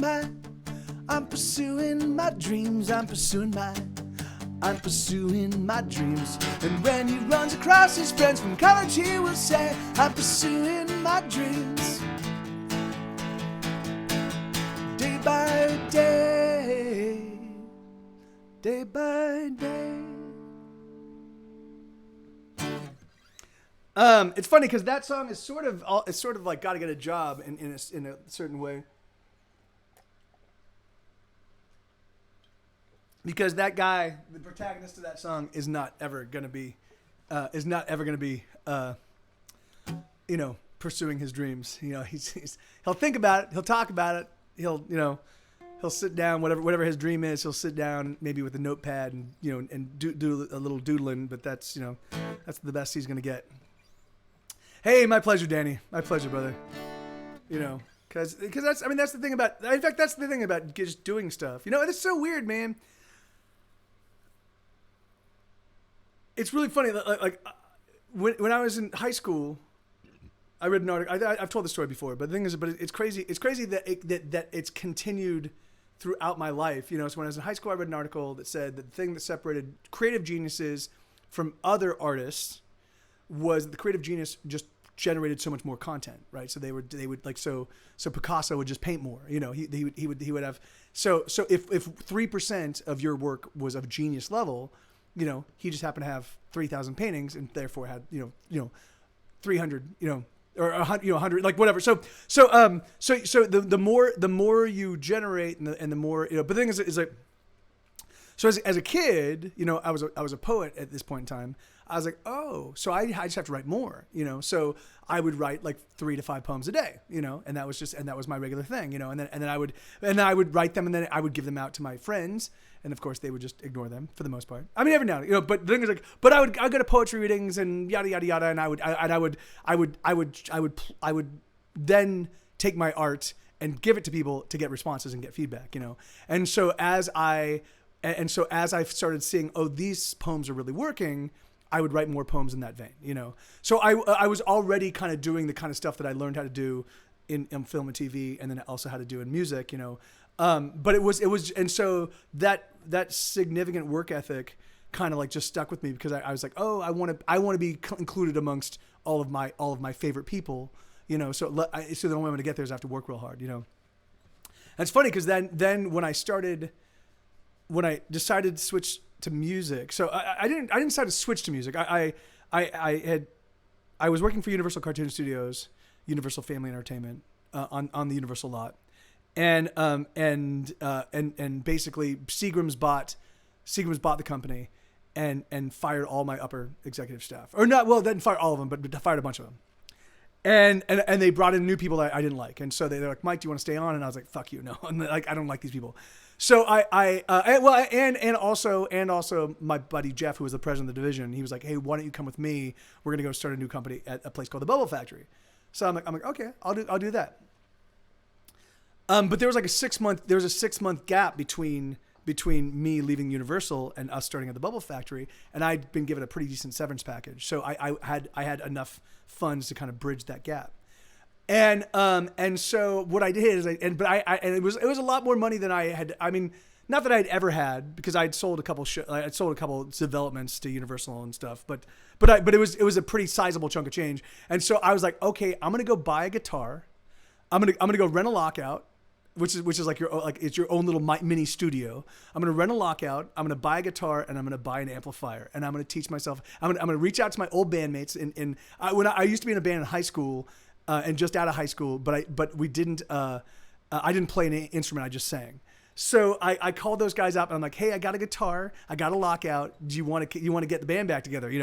And so we did. And we started playing again. And I was like, okay, again, I know that it's going to take me a long time to get to the point where I'm writing good songs. So I need to write a whole fuck ton of them, And so I did. And so literally before I even knew really all the open chords, and I didn't know bar chords at all. I'd already written like 6 or 7 songs, So because I was like, I have to start somewhere, and I need to start getting the ball rolling, So the thing is, like, so that's a weird thing for me, like when, so it's funny. So I've written songs a lot about the people, like, cause I feel the pull to not work. I often feel the pull to be like, no, fuck it. It's not gonna end up anywhere. But everything good that's ever come in my life has been the result of me working hard and then being present when opportunity presented itself to be like, hey, I got this for that, So But some people, including my parents, thought that those things were only good when you were a child. Oh, I wrote poems too when I was a kid. I made yeah. See, and that's so sad, man. That's so sad. You know, when people, when people squash the creative, spirit of their young kids, and things like it's like because the creative skills I learned just as a role play, like I was a role playing gamer, like I played a fuck ton of role playing games, and it were those skills, me coming up with characters and me coming up with a story and me coming with plot and me coming with it was those skills that let themselves very easily into working in development and working as a writer at Universal, So me being able to do the role playing literally nonstop. Like I would probably there was probably a point in time when I role played with my friends like 5 days a week. I was just a fucking crazy gamer, But those skills literally had direct application in the job I got afterwards, So it's so crazy. Yeah. I mean, yeah. In fact, it's really funny that Camel for me. And wait, uni killed all of my hobbies, and now here I am picking up all the pieces of the shadow. Well, and that's Isabella. See, that's perfect. I mean, the thing is it like it doesn't. It shouldn't be. I don't think that you should ever look at it as I started playing guitar at 23. I picked it up at 21. I didn't really start playing in earnest until I was 23. It was right after I left Universal. So I started playing in earnest at 23. That's when I first started writing songs. That's when I first started like really trying to understand the instrument. I didn't really get pretty okay. Being able to play without seriously fucking up and without seriously having to start like probably 3 years later. And I was playing all the time. Like I was a very slow learner on guitar. I was very, very slow. I still am to a certain degree, So yeah, you can never, you don't ever feel like you're starting slow or that you're not gonna get there, or that you just keep going, just have fun with it. Like that's the thing is like always have fun with it. Find a way to always make sure that the thing that you're doing, if you love it, don't ever treat it like a job. Certainly have discipline. You certainly need to keep doing it and you need to do it. But make sure it's always fun. Just find ways to like make it fun for you. And for me, particularly when I was first learning how to when I was first learning, like when I was first doing this, when I was first going, because that's what I would do just to get these transitions. And what I would do is I'd put on a movie and I'd sit there and be like,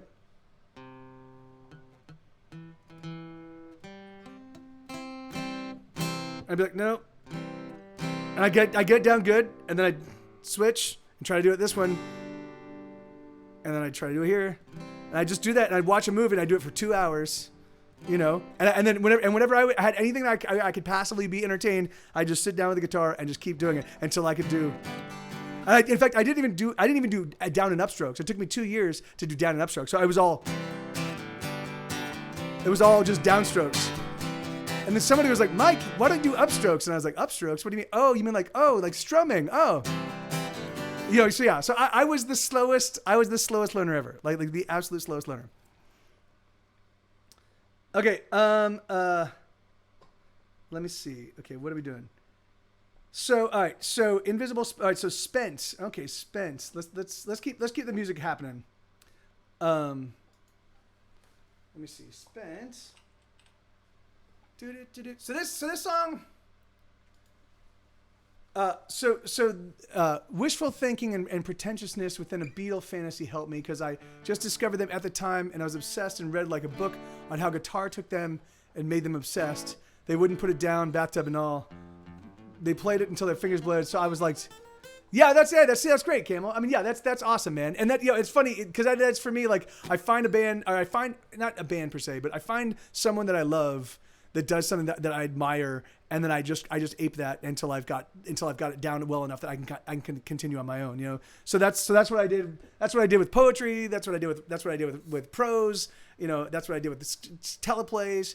Although I didn't really write a lot of by the time I was at a point where I was able to write teleplays, I was already working in development, and Universal didn't allow their executives to also do creative stuff, which other than like writing show bibles and stuff like that, which I did a fuck ton of, which is sad, but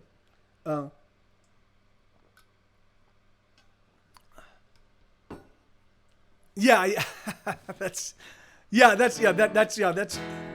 mean, but that's just, fuck it, whatever. People love to be haters, right?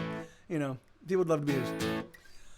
So a development executive, basically my job was I was one of the people.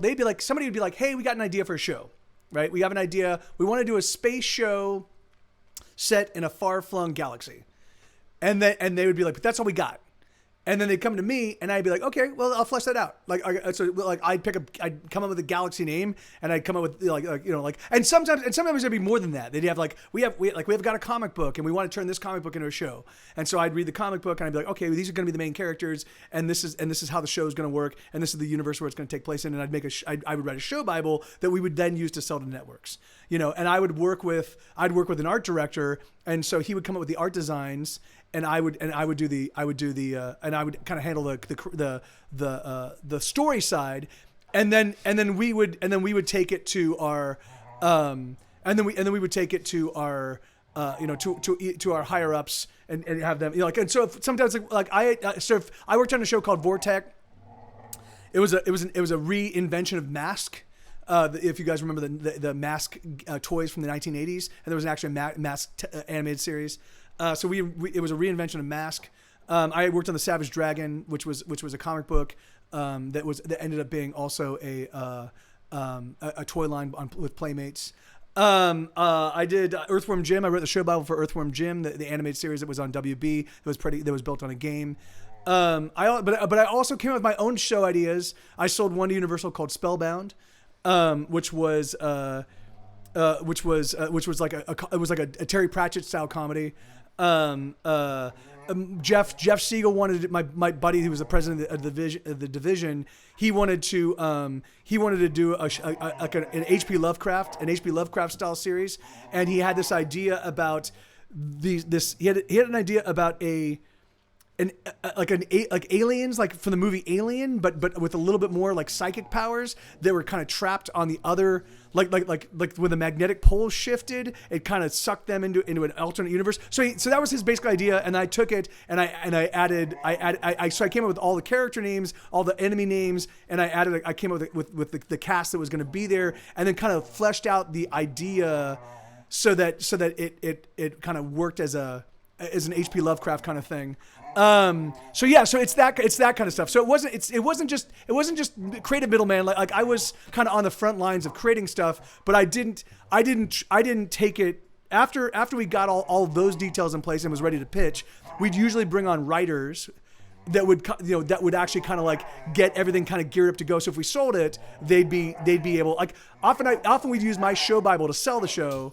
But then we'd have our writers on because the thing is, because I was handling multiple projects, I couldn't just devote myself to one show. So I was sort of like, we're like producers, but we don't go with the show, even though I do stay attached to the show. I was the creative executive in charge of, so all creative went through me for like Savage Dragon. All creative went through me for Vortex. So I was the guy that would go. I'd be like, I would coordinate all the notes from the executives, from the network executives, from my executives, from the toy companies. If we had toy company notes, I would put all those together.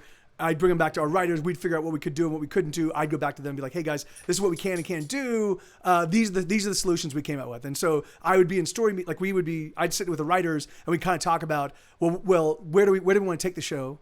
And then we've got these notes. How do we incorporate those notes? So like, somebody's like, hey, I want a talking dog in your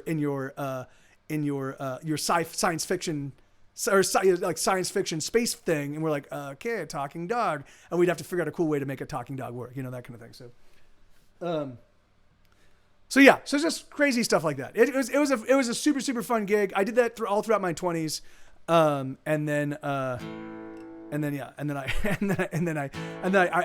Music became a significant part of my life, and I was like, I'd have to walk away from that and focus on music. So this is how does we?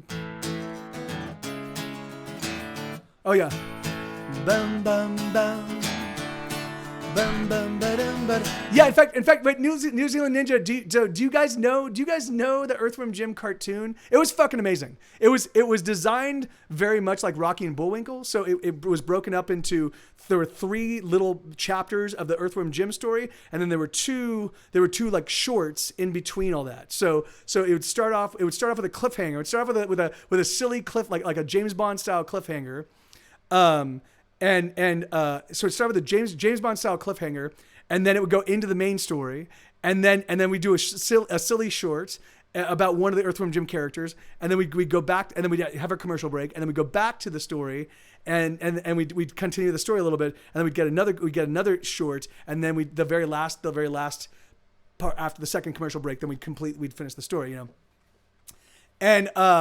And so stuff from my high school, like things that like jokes that I came up with in high school, ended up making it in the show. So Doug Tenapel, the creator of Earthworm Jim, he actually created the comic. He and I spent 24 hours together. Like we literally, like we had to have the show Bible. It was like on a Thursday, and it was like Tuesday. And we're like, all right, let's get the show Bible done. And so Doug and I stayed up all night. And we got all the details together, and then I sat down and I wrote the show Bible, and then we went to Warner Brothers the next day, and we sold it to Warner Brothers. It was fucking awesome. I was like, yes, slam dunk. So yeah, it was really, really fun. All right, so here we go.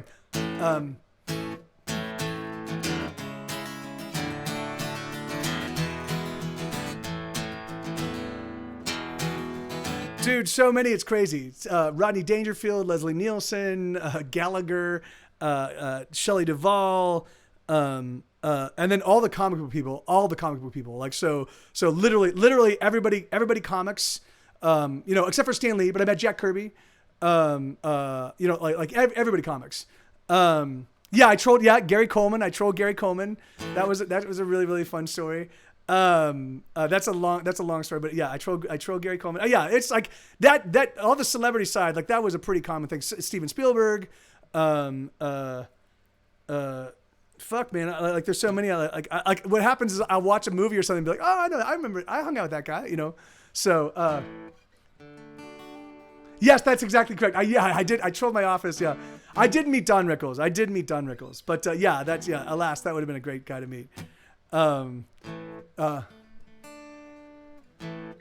yeah. Okay. No worries. Yeah. No worries, Isabella. Yeah. It's 4:30 in the morning. You should get some rest. But yeah, we'll see. Do you think working in that industry ended up giving you the working pace you have nowadays, or is it just something? Yeah, well, so like that's what I said. I think that I did have it. I've always been somebody that had prodigious output, but working at Universal, it was like, the thing is, like I said, that like on my 23rd birthday, I worked for 24 hours. I was running 2 shows. And it was just so much on my plate. One of my shows, we were doing at a breakneck pace. We were doing 3 scripts a week, and we were having trouble with the art design. Like Mattel actually created the show, or created the toys that the show is based off of. No, you do not. You come up here right now. Come here right now. Get up here right now, Rooster. Up here right now, bud. Come on. They would have just ran downstairs and barked like maniacs. Yeah. So anyway, what was my story? Fuck, I'm totally lost now. Yeah, it was all in the 90s. It was all in the 90s. Camel. Oh yeah, Mattel. Yeah, that's right. So Mattel. So my birthday. So Mattel was Mattel, they hadn't approved the artwork yet. So we couldn't figure all this stuff out. So I just had a bunch of stuff. All right, you're right, Isabella. Let me play. But so it was just so I spent my entire 23rd birthday. I worked 24 hours. I got by the next day, I over 24 hours, because I would get in like 7:30 in the morning. I worked all the way through until noon the next day. And then I was like, guys, I gotta go to bed. and so they let me go to bed. And I was like, thank you. I'll see you guys later. So, bum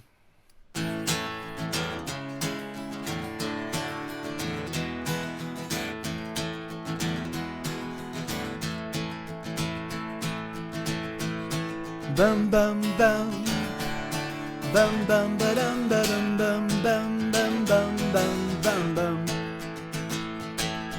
Who do you think you are? Me, I believe I'm a glass half empty. Haven't we come quite far? Some surely have, but they left without me. What are you gonna do? I don't quite know, but I'm working through it. Give me time, I'm working through it. How much life must I live till I'm free of worry? How much time must I have till I don't need to hurry? I don't know when things will get a little easier. How much hope can I spend before I'm empty? Oh, who you gonna love? I don't quite know, but she's surely out there. Why don't you ever try? How can you say that I'm trying all the time? I try. Bum bum bum. Bum bum ba dum ba dum bum bum bum bum bum bum bum. Where would you like to go? I don't quite. Somewhere all my woes can't find me. What would you like to know? How can I hold some joy inside me? Can you tell me? Can you show me how much life must I? How much life must I live till I'm free of worry? How much time must I have till I don't need to hurry? I don't know when things will get a little easier. How much hope can I spend before I'm empty? Oh, so you say it's all my attitude. You say I need to change the way that I behave. But let's just see you do the things that I am trying to do. Why don't you play to win? 'Cause I don't think they're playing fairly. Why don't you ever try? How can you say that I'm trying all the time? I try. Oh, how much life must I live till I'm free of worry? How much time must I have till I don't need to hurry? I don't know when things will get a little easier. How much hope can I spend before I'm empty? Good boys. Thank you for not barking, buds. Hey, thank you for doing this. Yes, that's a song called Spent. I wrote that. That's a call and answer song. I should have said that beforehand. But we did that one kind of like what? Like I get by with a little help of my friends.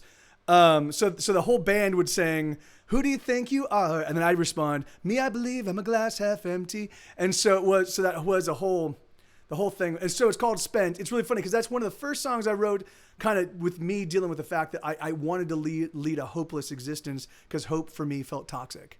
You know, hoping for things and then not having them be achieved, even nearly achieved.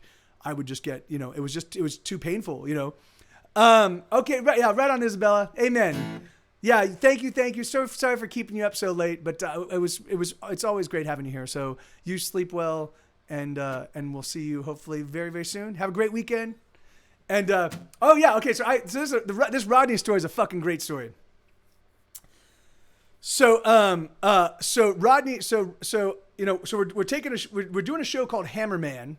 Hammerman, and basically he's like a superhero spoof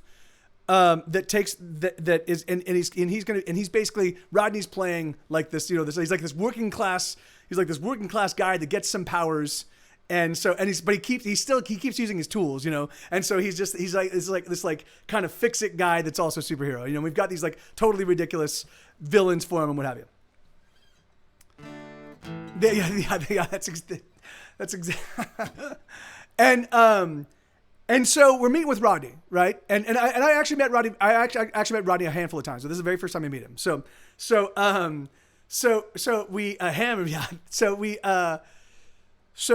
we all sit down, like all there. So and of course it's the entire development executive staff. So it's me. It's Jeff Siegel, the president of the division. It's Susie Peterson, who was our VP of development.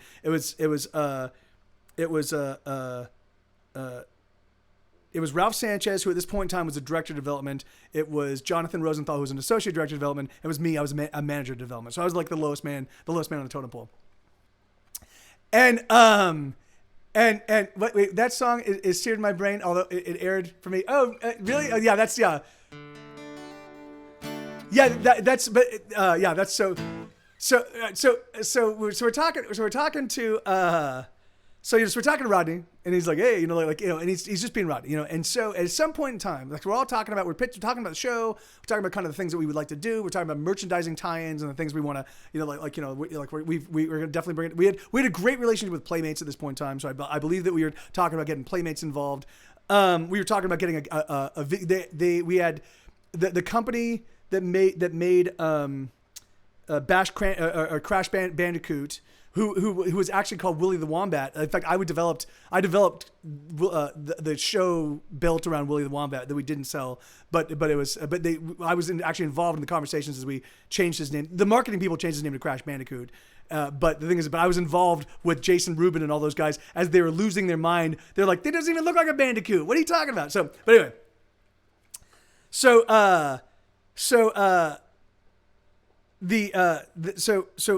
sitting there with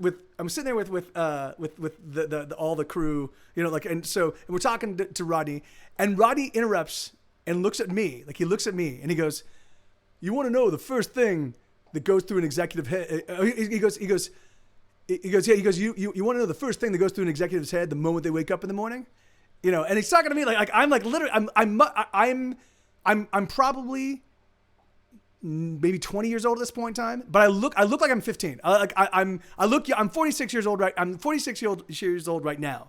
So just reverse down to me being 19 or 20, and I look like I'm a kid, I mean, like literally, like I've just climbed out of high school. And I'm like, hey, I'm here joining you guys, which is really funny because that's anyway. I can tell you so many stories about this, but so he looks at me and goes, you want to know, the first thing that goes through an executive's head in the morning? And I go, what? And he goes, I don't want to lose my job. He's like, that's why good things don't get made. I don't want to lose my job. And I was like, motherfucker. And he's like, totally right. He's totally right. That's the thing is like, I'd already seen a whole bunch of people. I'd already seen a whole bunch of people kind of equivocate and not do the cool thing. Cause I was brought on cause I fucking knew cool, I knew role-playing games. I knew comic books. I knew Japanese animation. Particularly at this point in time, it was easy to have a handle on pretty much everything because there was only so many outlets, like there were only so many Japanese animated movies that came out. We didn't have the internet to distribute them. So there were only so many comic books that came out because there were only so many comic book companies. So at this point in time, kind of like Thomas Jefferson when he lamented that he had read every book. Like I was kind of on top of everything because it was a very limited scope of things to be on top of, So I was all things geek, including Magic the Gathering. I flew up to Seattle to go pitch Magic the Gathering to actually give them up to WotC in Seattle for them to give us the rights to do Magic the Gathering because in year one, although they said no because it was already they were already seeing how explosive it was becoming. But anyway, so Rodney goes, yeah, he's like, hey, another. Do you guys know? What's his name? John Panette. He's another comedian. So yeah. So anyway. So I met Rodney through Jeff. I met Rodney a couple other times. And my favorite song, Alden G. If you're asking for my favorite song, I don't really have a favorite song. I've got lots of favorite songs. I've got like a favorite sad song. I've got a handful of favorite sad songs. I've got a handful of favorite rockers. I've got a handful of favorite like kind of heart story songs. I've got a handful of favorite ballads. I don't really operate in terms of like, yeah. Anything Gets Set Goes is probably, yeah, it's definitely a favorite of mine. Yeah, but John Panette. Yeah. So John, we went, so Jeff had worked with John Jeff used to be the head of Hanna-Barbera. Jeff used to be the chief creative executive for Hanna-Barbera. He actually was really good friends with Bill Hanna and Joe Barbera, and I actually did lunch with both of those guys at various points in time. And that was awesome. That was really, really awesome because I got to geek out and Joe. Both of them loved kind of talking about what they did, and so I would get to geek out, like, so, you know, so I'd be like, oh, and this and that, you know, and then anyway, it was, and so it was really, really awesome. So Jeff, because Jeff was really good friends with him, because he'd done, like, he basically did, Jeff did the Ed Grimley show. Jeff did Jeff was 100% responsible for the GoBots, you know. So there are a whole bunch of like really fun shows I grew up with, and so in fact that's how I got the job. I walked into Jeff's office, and it was just covered with all the stuff he had worked on, and I'm like, oh my god, this thing and that, and I would geek out over this, and I look over this, and I'd be like, oh, yeah, I geek over that, and he's like, and he was yeah, and so he was like, oh, you want a summer internship, and I was like, yes, hooray. Well, I'm gonna keep going for another 20 minutes, Alden G. But okay, so let me see. So this is a song called "I Hate Everyone." This is another old tune. Spent wasn't a really old tune, but.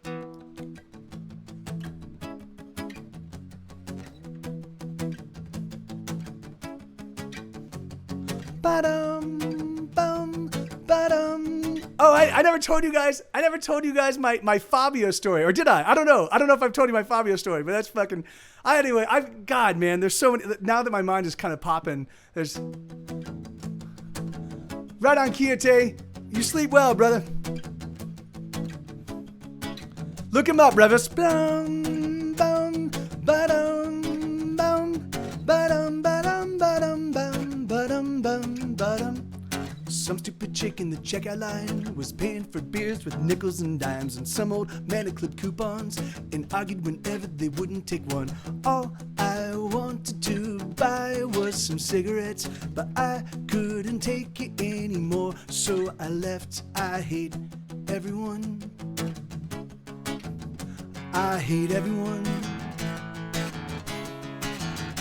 I hate everyone. I hate everyone.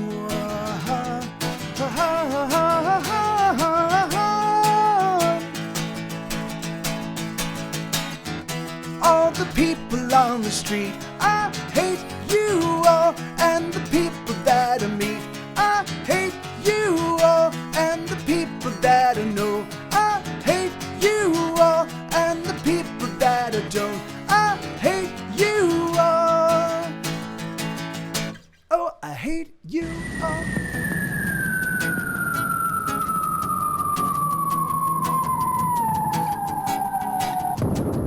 Some fucking asshole just cut me off and gave me the finger when I fucking honked. Then he proceeded to put on the brakes. He slammed on the brakes, but I made a mistake. When I climbed out of the van, he was waiting.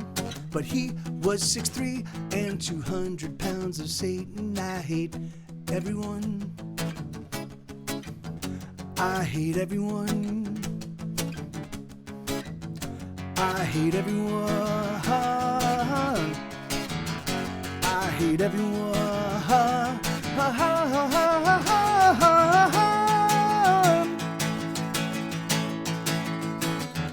All the people on the street, I hate you all, and the people that I meet, I hate you all, and the people that I know, I hate you all, and the people that I don't, I hate you all. Bet you think I'm kidding. I promise you it's true. I hate most everybody, but most of all, I hate you. Elix, hit it! Fuck you! Alright, okay. All I know is that All first, the people- you've got to get mad. You've got to say, I'm a human being. God damn it. My life has value. I want you to get up right now and go to the window, open it, and stick your head out and yell, I'm as mad as hell, and I'm not going to take this anymore. All the people on the street, I hate you all, and the people that I meet, I hate you all, and the people that I know, I hate you all, and the people that I don't, I hate you all, and the people in the east, I hate you all, and the people I hate least, I hate best. I hate you all, and the people I like best. I hate you all. Oh, I hate you all. Yeah, that song's a true story. No, yeah, all the details of that song are a true story. Yeah, and last, the nuke is still going. Hell, I like you. You can come over to my house and fuck my sister. Remember you told me to tell you when you were acting rudely and insensitively? Remember that? You're doing it right now. All right, so yeah. So yeah, and so he was this he was like this famous, like he was just a model for the covers of books, right? But he started doing like cameos for shows, and like he just became a famous and very, very wealthy, kind of quasi celebrity guy, and I have a silly story about him. They wanted to pitch us. They want a buddy of mine. I think it was Hank McCoy. He and Fabio had developed a show based on Thor, and Fabio was going to play the voice of Thor, and Hank knew a whole bunch of really, not Hank McCoy. It's Henry McCoy, Henry Mick something, because God, man, I can't believe I forgot Henry's name. And he was called Hank, but Hank McCoy is actually Bones, so it can't be Bones, or can it? I don't think it can. I would have commented on that. Anyway, whatever. I forget Henry's name, Hank's name, but so he and Fabio had developed this Thor show. So they're pitching Jeff and I. So and Fabio was like, hey guys, come to my house, come over to the house. So all right, so we go over to Fabio's house, and we go in, and there are two gigantic Death Star panels. Like, so there's like a couch, and then along one side of the wall, it looks like it's part of the Death Star. It's this gigantic rack of just electronics, and it's all one component. So this gigantic thing, and they've got these huge Death Star panels, right? And we're like, okay, and we're like what is this? And he's like, oh, this is my. So he's gonna give us a tour of the house, So he's like, we walk in the living room area, and there's these Death Star panels, and he's like, oh, this is my stereo. There's only one like this on the earth. It was made as a thing to show off what this stereo company could do, and if you turn it up above 3, it will kill you. And he's like, hey, thanks, Jen. How you doing, Jen? I mean, good to see you. And then he points down on these gold, these gold connector things. They were like this big.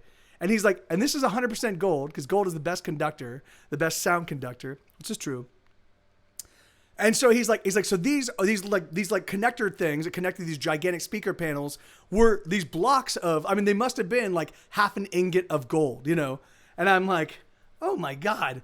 All right, but it gets even weirder. So we're like, okay, well, that's interesting. Now you guys have to remember that this is at a point in time. This is a point in time, in the early 90s, maybe it was in the mid 90s, people didn't have, I mean, there were definitely televisions in bedrooms and stuff like that. But for the most part, people would have gigantic, like if you could afford a big TV, it would always be in your living room, right? So he shows us the bedroom, and there is this fucking enormous TV in front of the bed.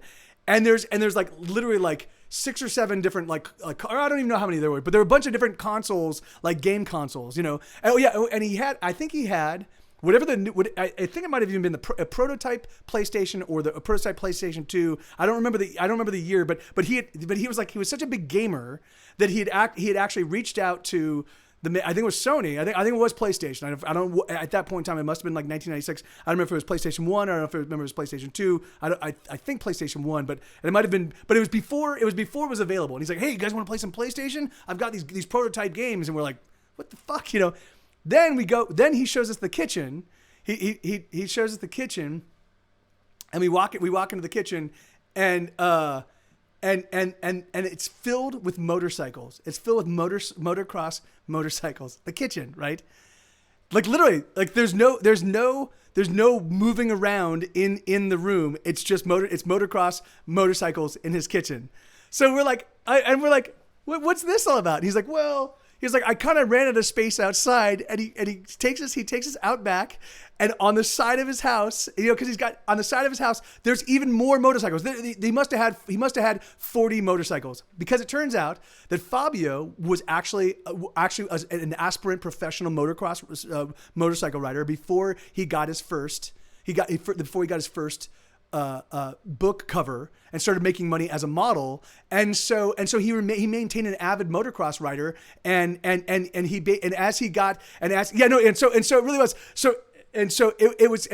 were so many fucking motorcycles. We're like, what the fuck, man? It's like, I was like, of course this is Fabio. Of course this is his house. It was just fucking, yeah, it was hilarious. You know what I really should do? I really should reach out to a bunch of my buddies that worked in the film and TV industry with me, and reach out to my musician friends. I threatened to do this a bunch. I should get them to show up here, and we can swap stories, because I am 100% certain that there are other stories that I don't remember that they do. And I think that would be a pretty fun show. Maybe I'll do that. Well, I see. The problem is I really like playing for 4 hours, 5 days a week, because it keeps my guitar chops up. So I'd have to put on the weekend. I don't really have a lot of time on the weekend. I don't know. Yeah. So yeah, that's exactly it. New Zealand Ninja. Like all of his friends should just run over there and be like, yes, let's. I mean, could you imagine if you had 40 people just all roll out a? I mean, there were so many bikes. I mean, it probably could have been 20 bikes. I don't know, but there were so many. His kitchen was filled. The side of his house was filled. And they were like literally crammed in like Tetris. It was nuts. Yes, my God, Jadavan, you're a genius. Why did I not think about that? I could just bend space-time to allow myself more time. I just need to accelerate to near the speed of light, and then I'll have all the time I need. All right, all right, here, let's do Getting Dumber.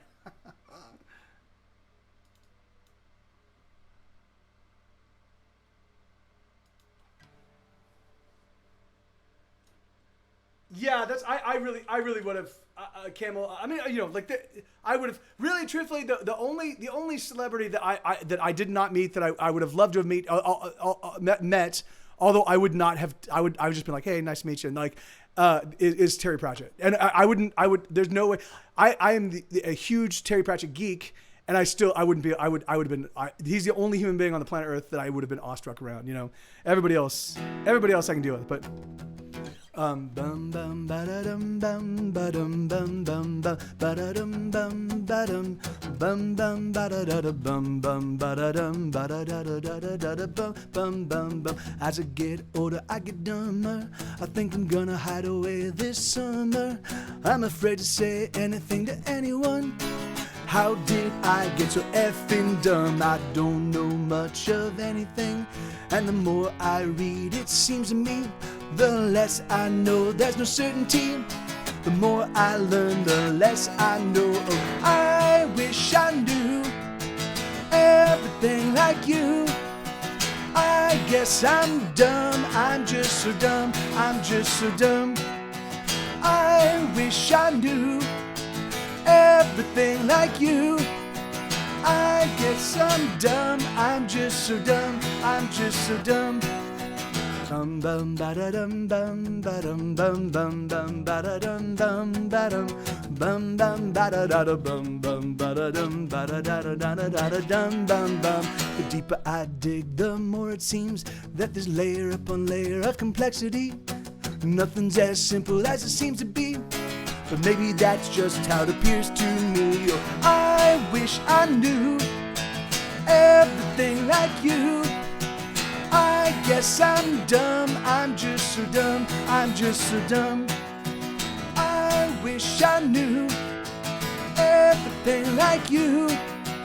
I guess I'm dumb, I'm just so dumb, I'm just so dumb.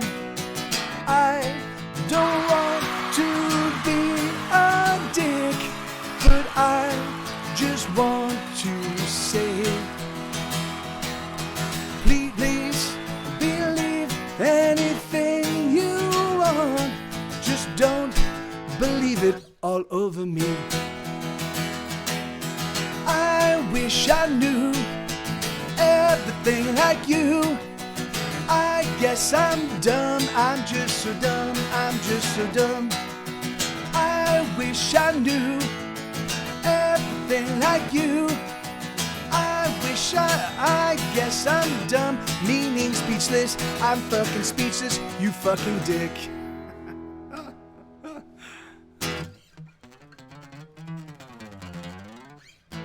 Oh, really? Oh. Right on, Rich.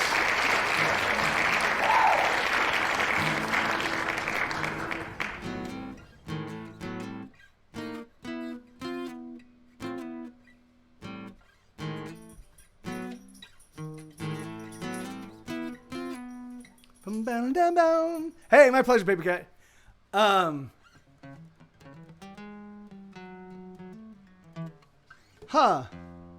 That's crazy, Camel. Yeah, I'm a big Burt Reynolds fan. It started at noon today and it runs till noon next Friday. Wow. Hey, that's awesome, New Zealand Ninja. What kind of tweets are they following? Do you do comedy stuff, or is it political stuff, or is it just interest stuff, or combination? All right, I've got time enough for one last one, guys. And then I'm gonna take the weekend off. I'll be back here on Monday, same bat time, same bat channel. I'm gonna continue to keep doing this kind of thing where I play a song and kind of talk about it, just to kind of combine story time and the music time. I think I'm gonna keep with the whole on the pre-show. I think I'm gonna keep putting together sets.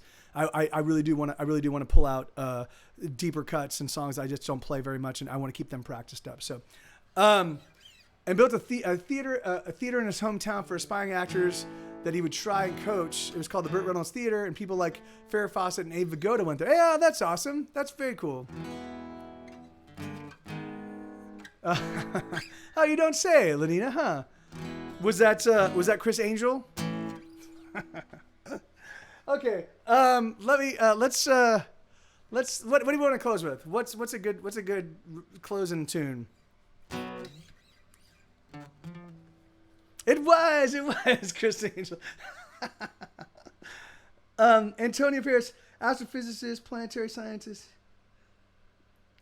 I don't see the I see that he's followed you, but I don't see the tweet that made him follow you. But but that's awesome, dude. That's awesome. Unstoppable, So Long for All the Fish, Doctor Who. Oh, we haven't done Doctor Who. Yeah, let's close out Doctor Who. We haven't heard. This is a song called A Prayer to Doctor Who. Oh yeah. That's awesome.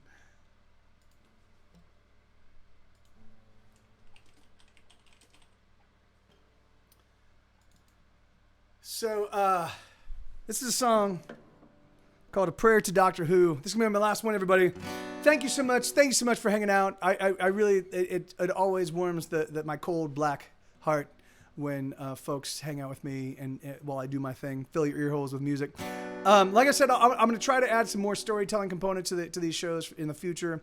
It was a lot of fun hanging out with you guys, and I definitely think I'll reach out to a handful of friends. I'll reach out to Jeff and see if he'd be interested, because Jeff has fucking literally done a thousand billion things. And then we'll see. Maybe we'll go from there. Maybe I'll bring in my buddy Scott and maybe see if I can't get Dave Johnson, the comic book artist. So, yeah, right on, Revis. Yeah, I know, man. See, time flies when you're having fun. Here we go.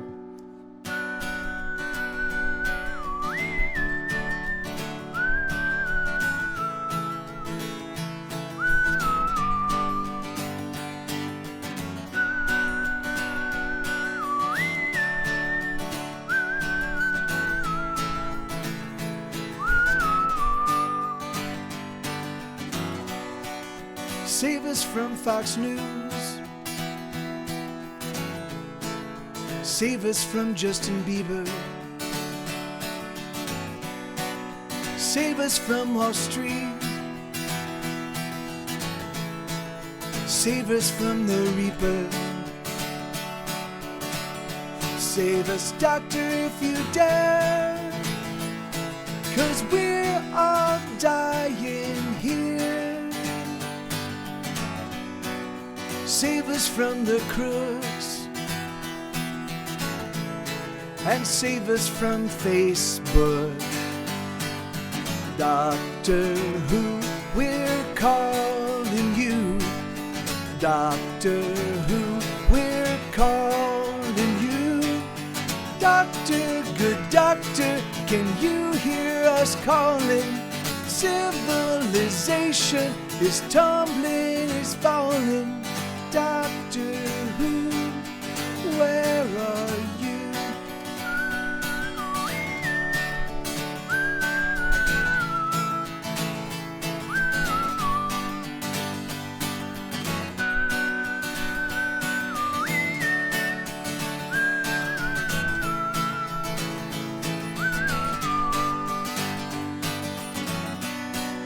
Save us from the cops.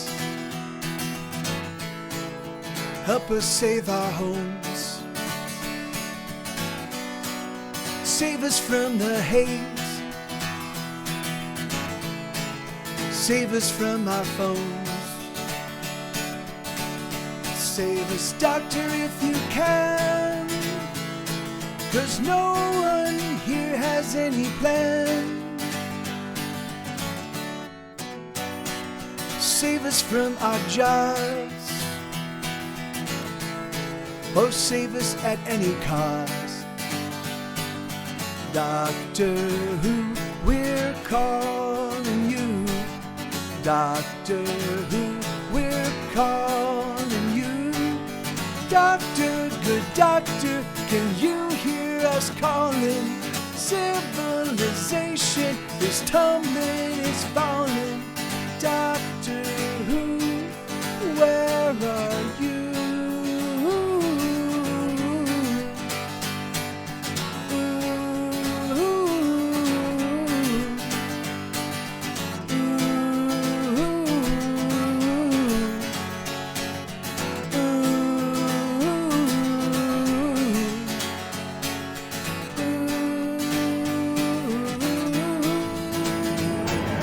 Doctor Who, we're calling you. Doctor Who, we're calling you. Doctor, good doctor, can you hear us calling?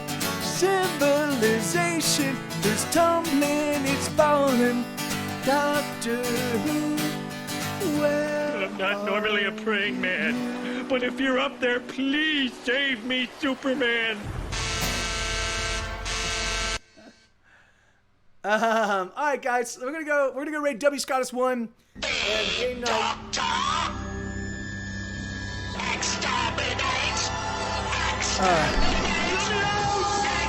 All right, I love you guys. Thank you. And so I'm gonna be able to hang up for just a second. I actually need to run to the store to pick up some stuff. But I'll be back and I'll be hanging out in the chat for a little while. But Danny and I have plans to do some gaming tonight as well. So anyway, lots of crazy stuff. So and I too need to eat some food. I haven't eaten anything today. I haven't eaten a single thing today. I had coffee in the morning and water all day long. So I definitely need to eat some food as well. But well, that's awesome. We should continue this conversation, New Zealand Ninja. I do want to talk to you about it, brother. But thank you guys. I love you all. Thank you so much for hanging out with me. And let's go raid W. Scott this morning. That's like peanut, hazelnut, cashew nut, macadamia nut. That was the one that was sent her into right. Going crazy. She said, "You stop naming nuts." All right. Pine nut. I love you guys. Thank you. Pistachio And nut. hopefully we'll see you again very Red soon. pistachio nut. Adios. Natural, all natural, white pistachio nut.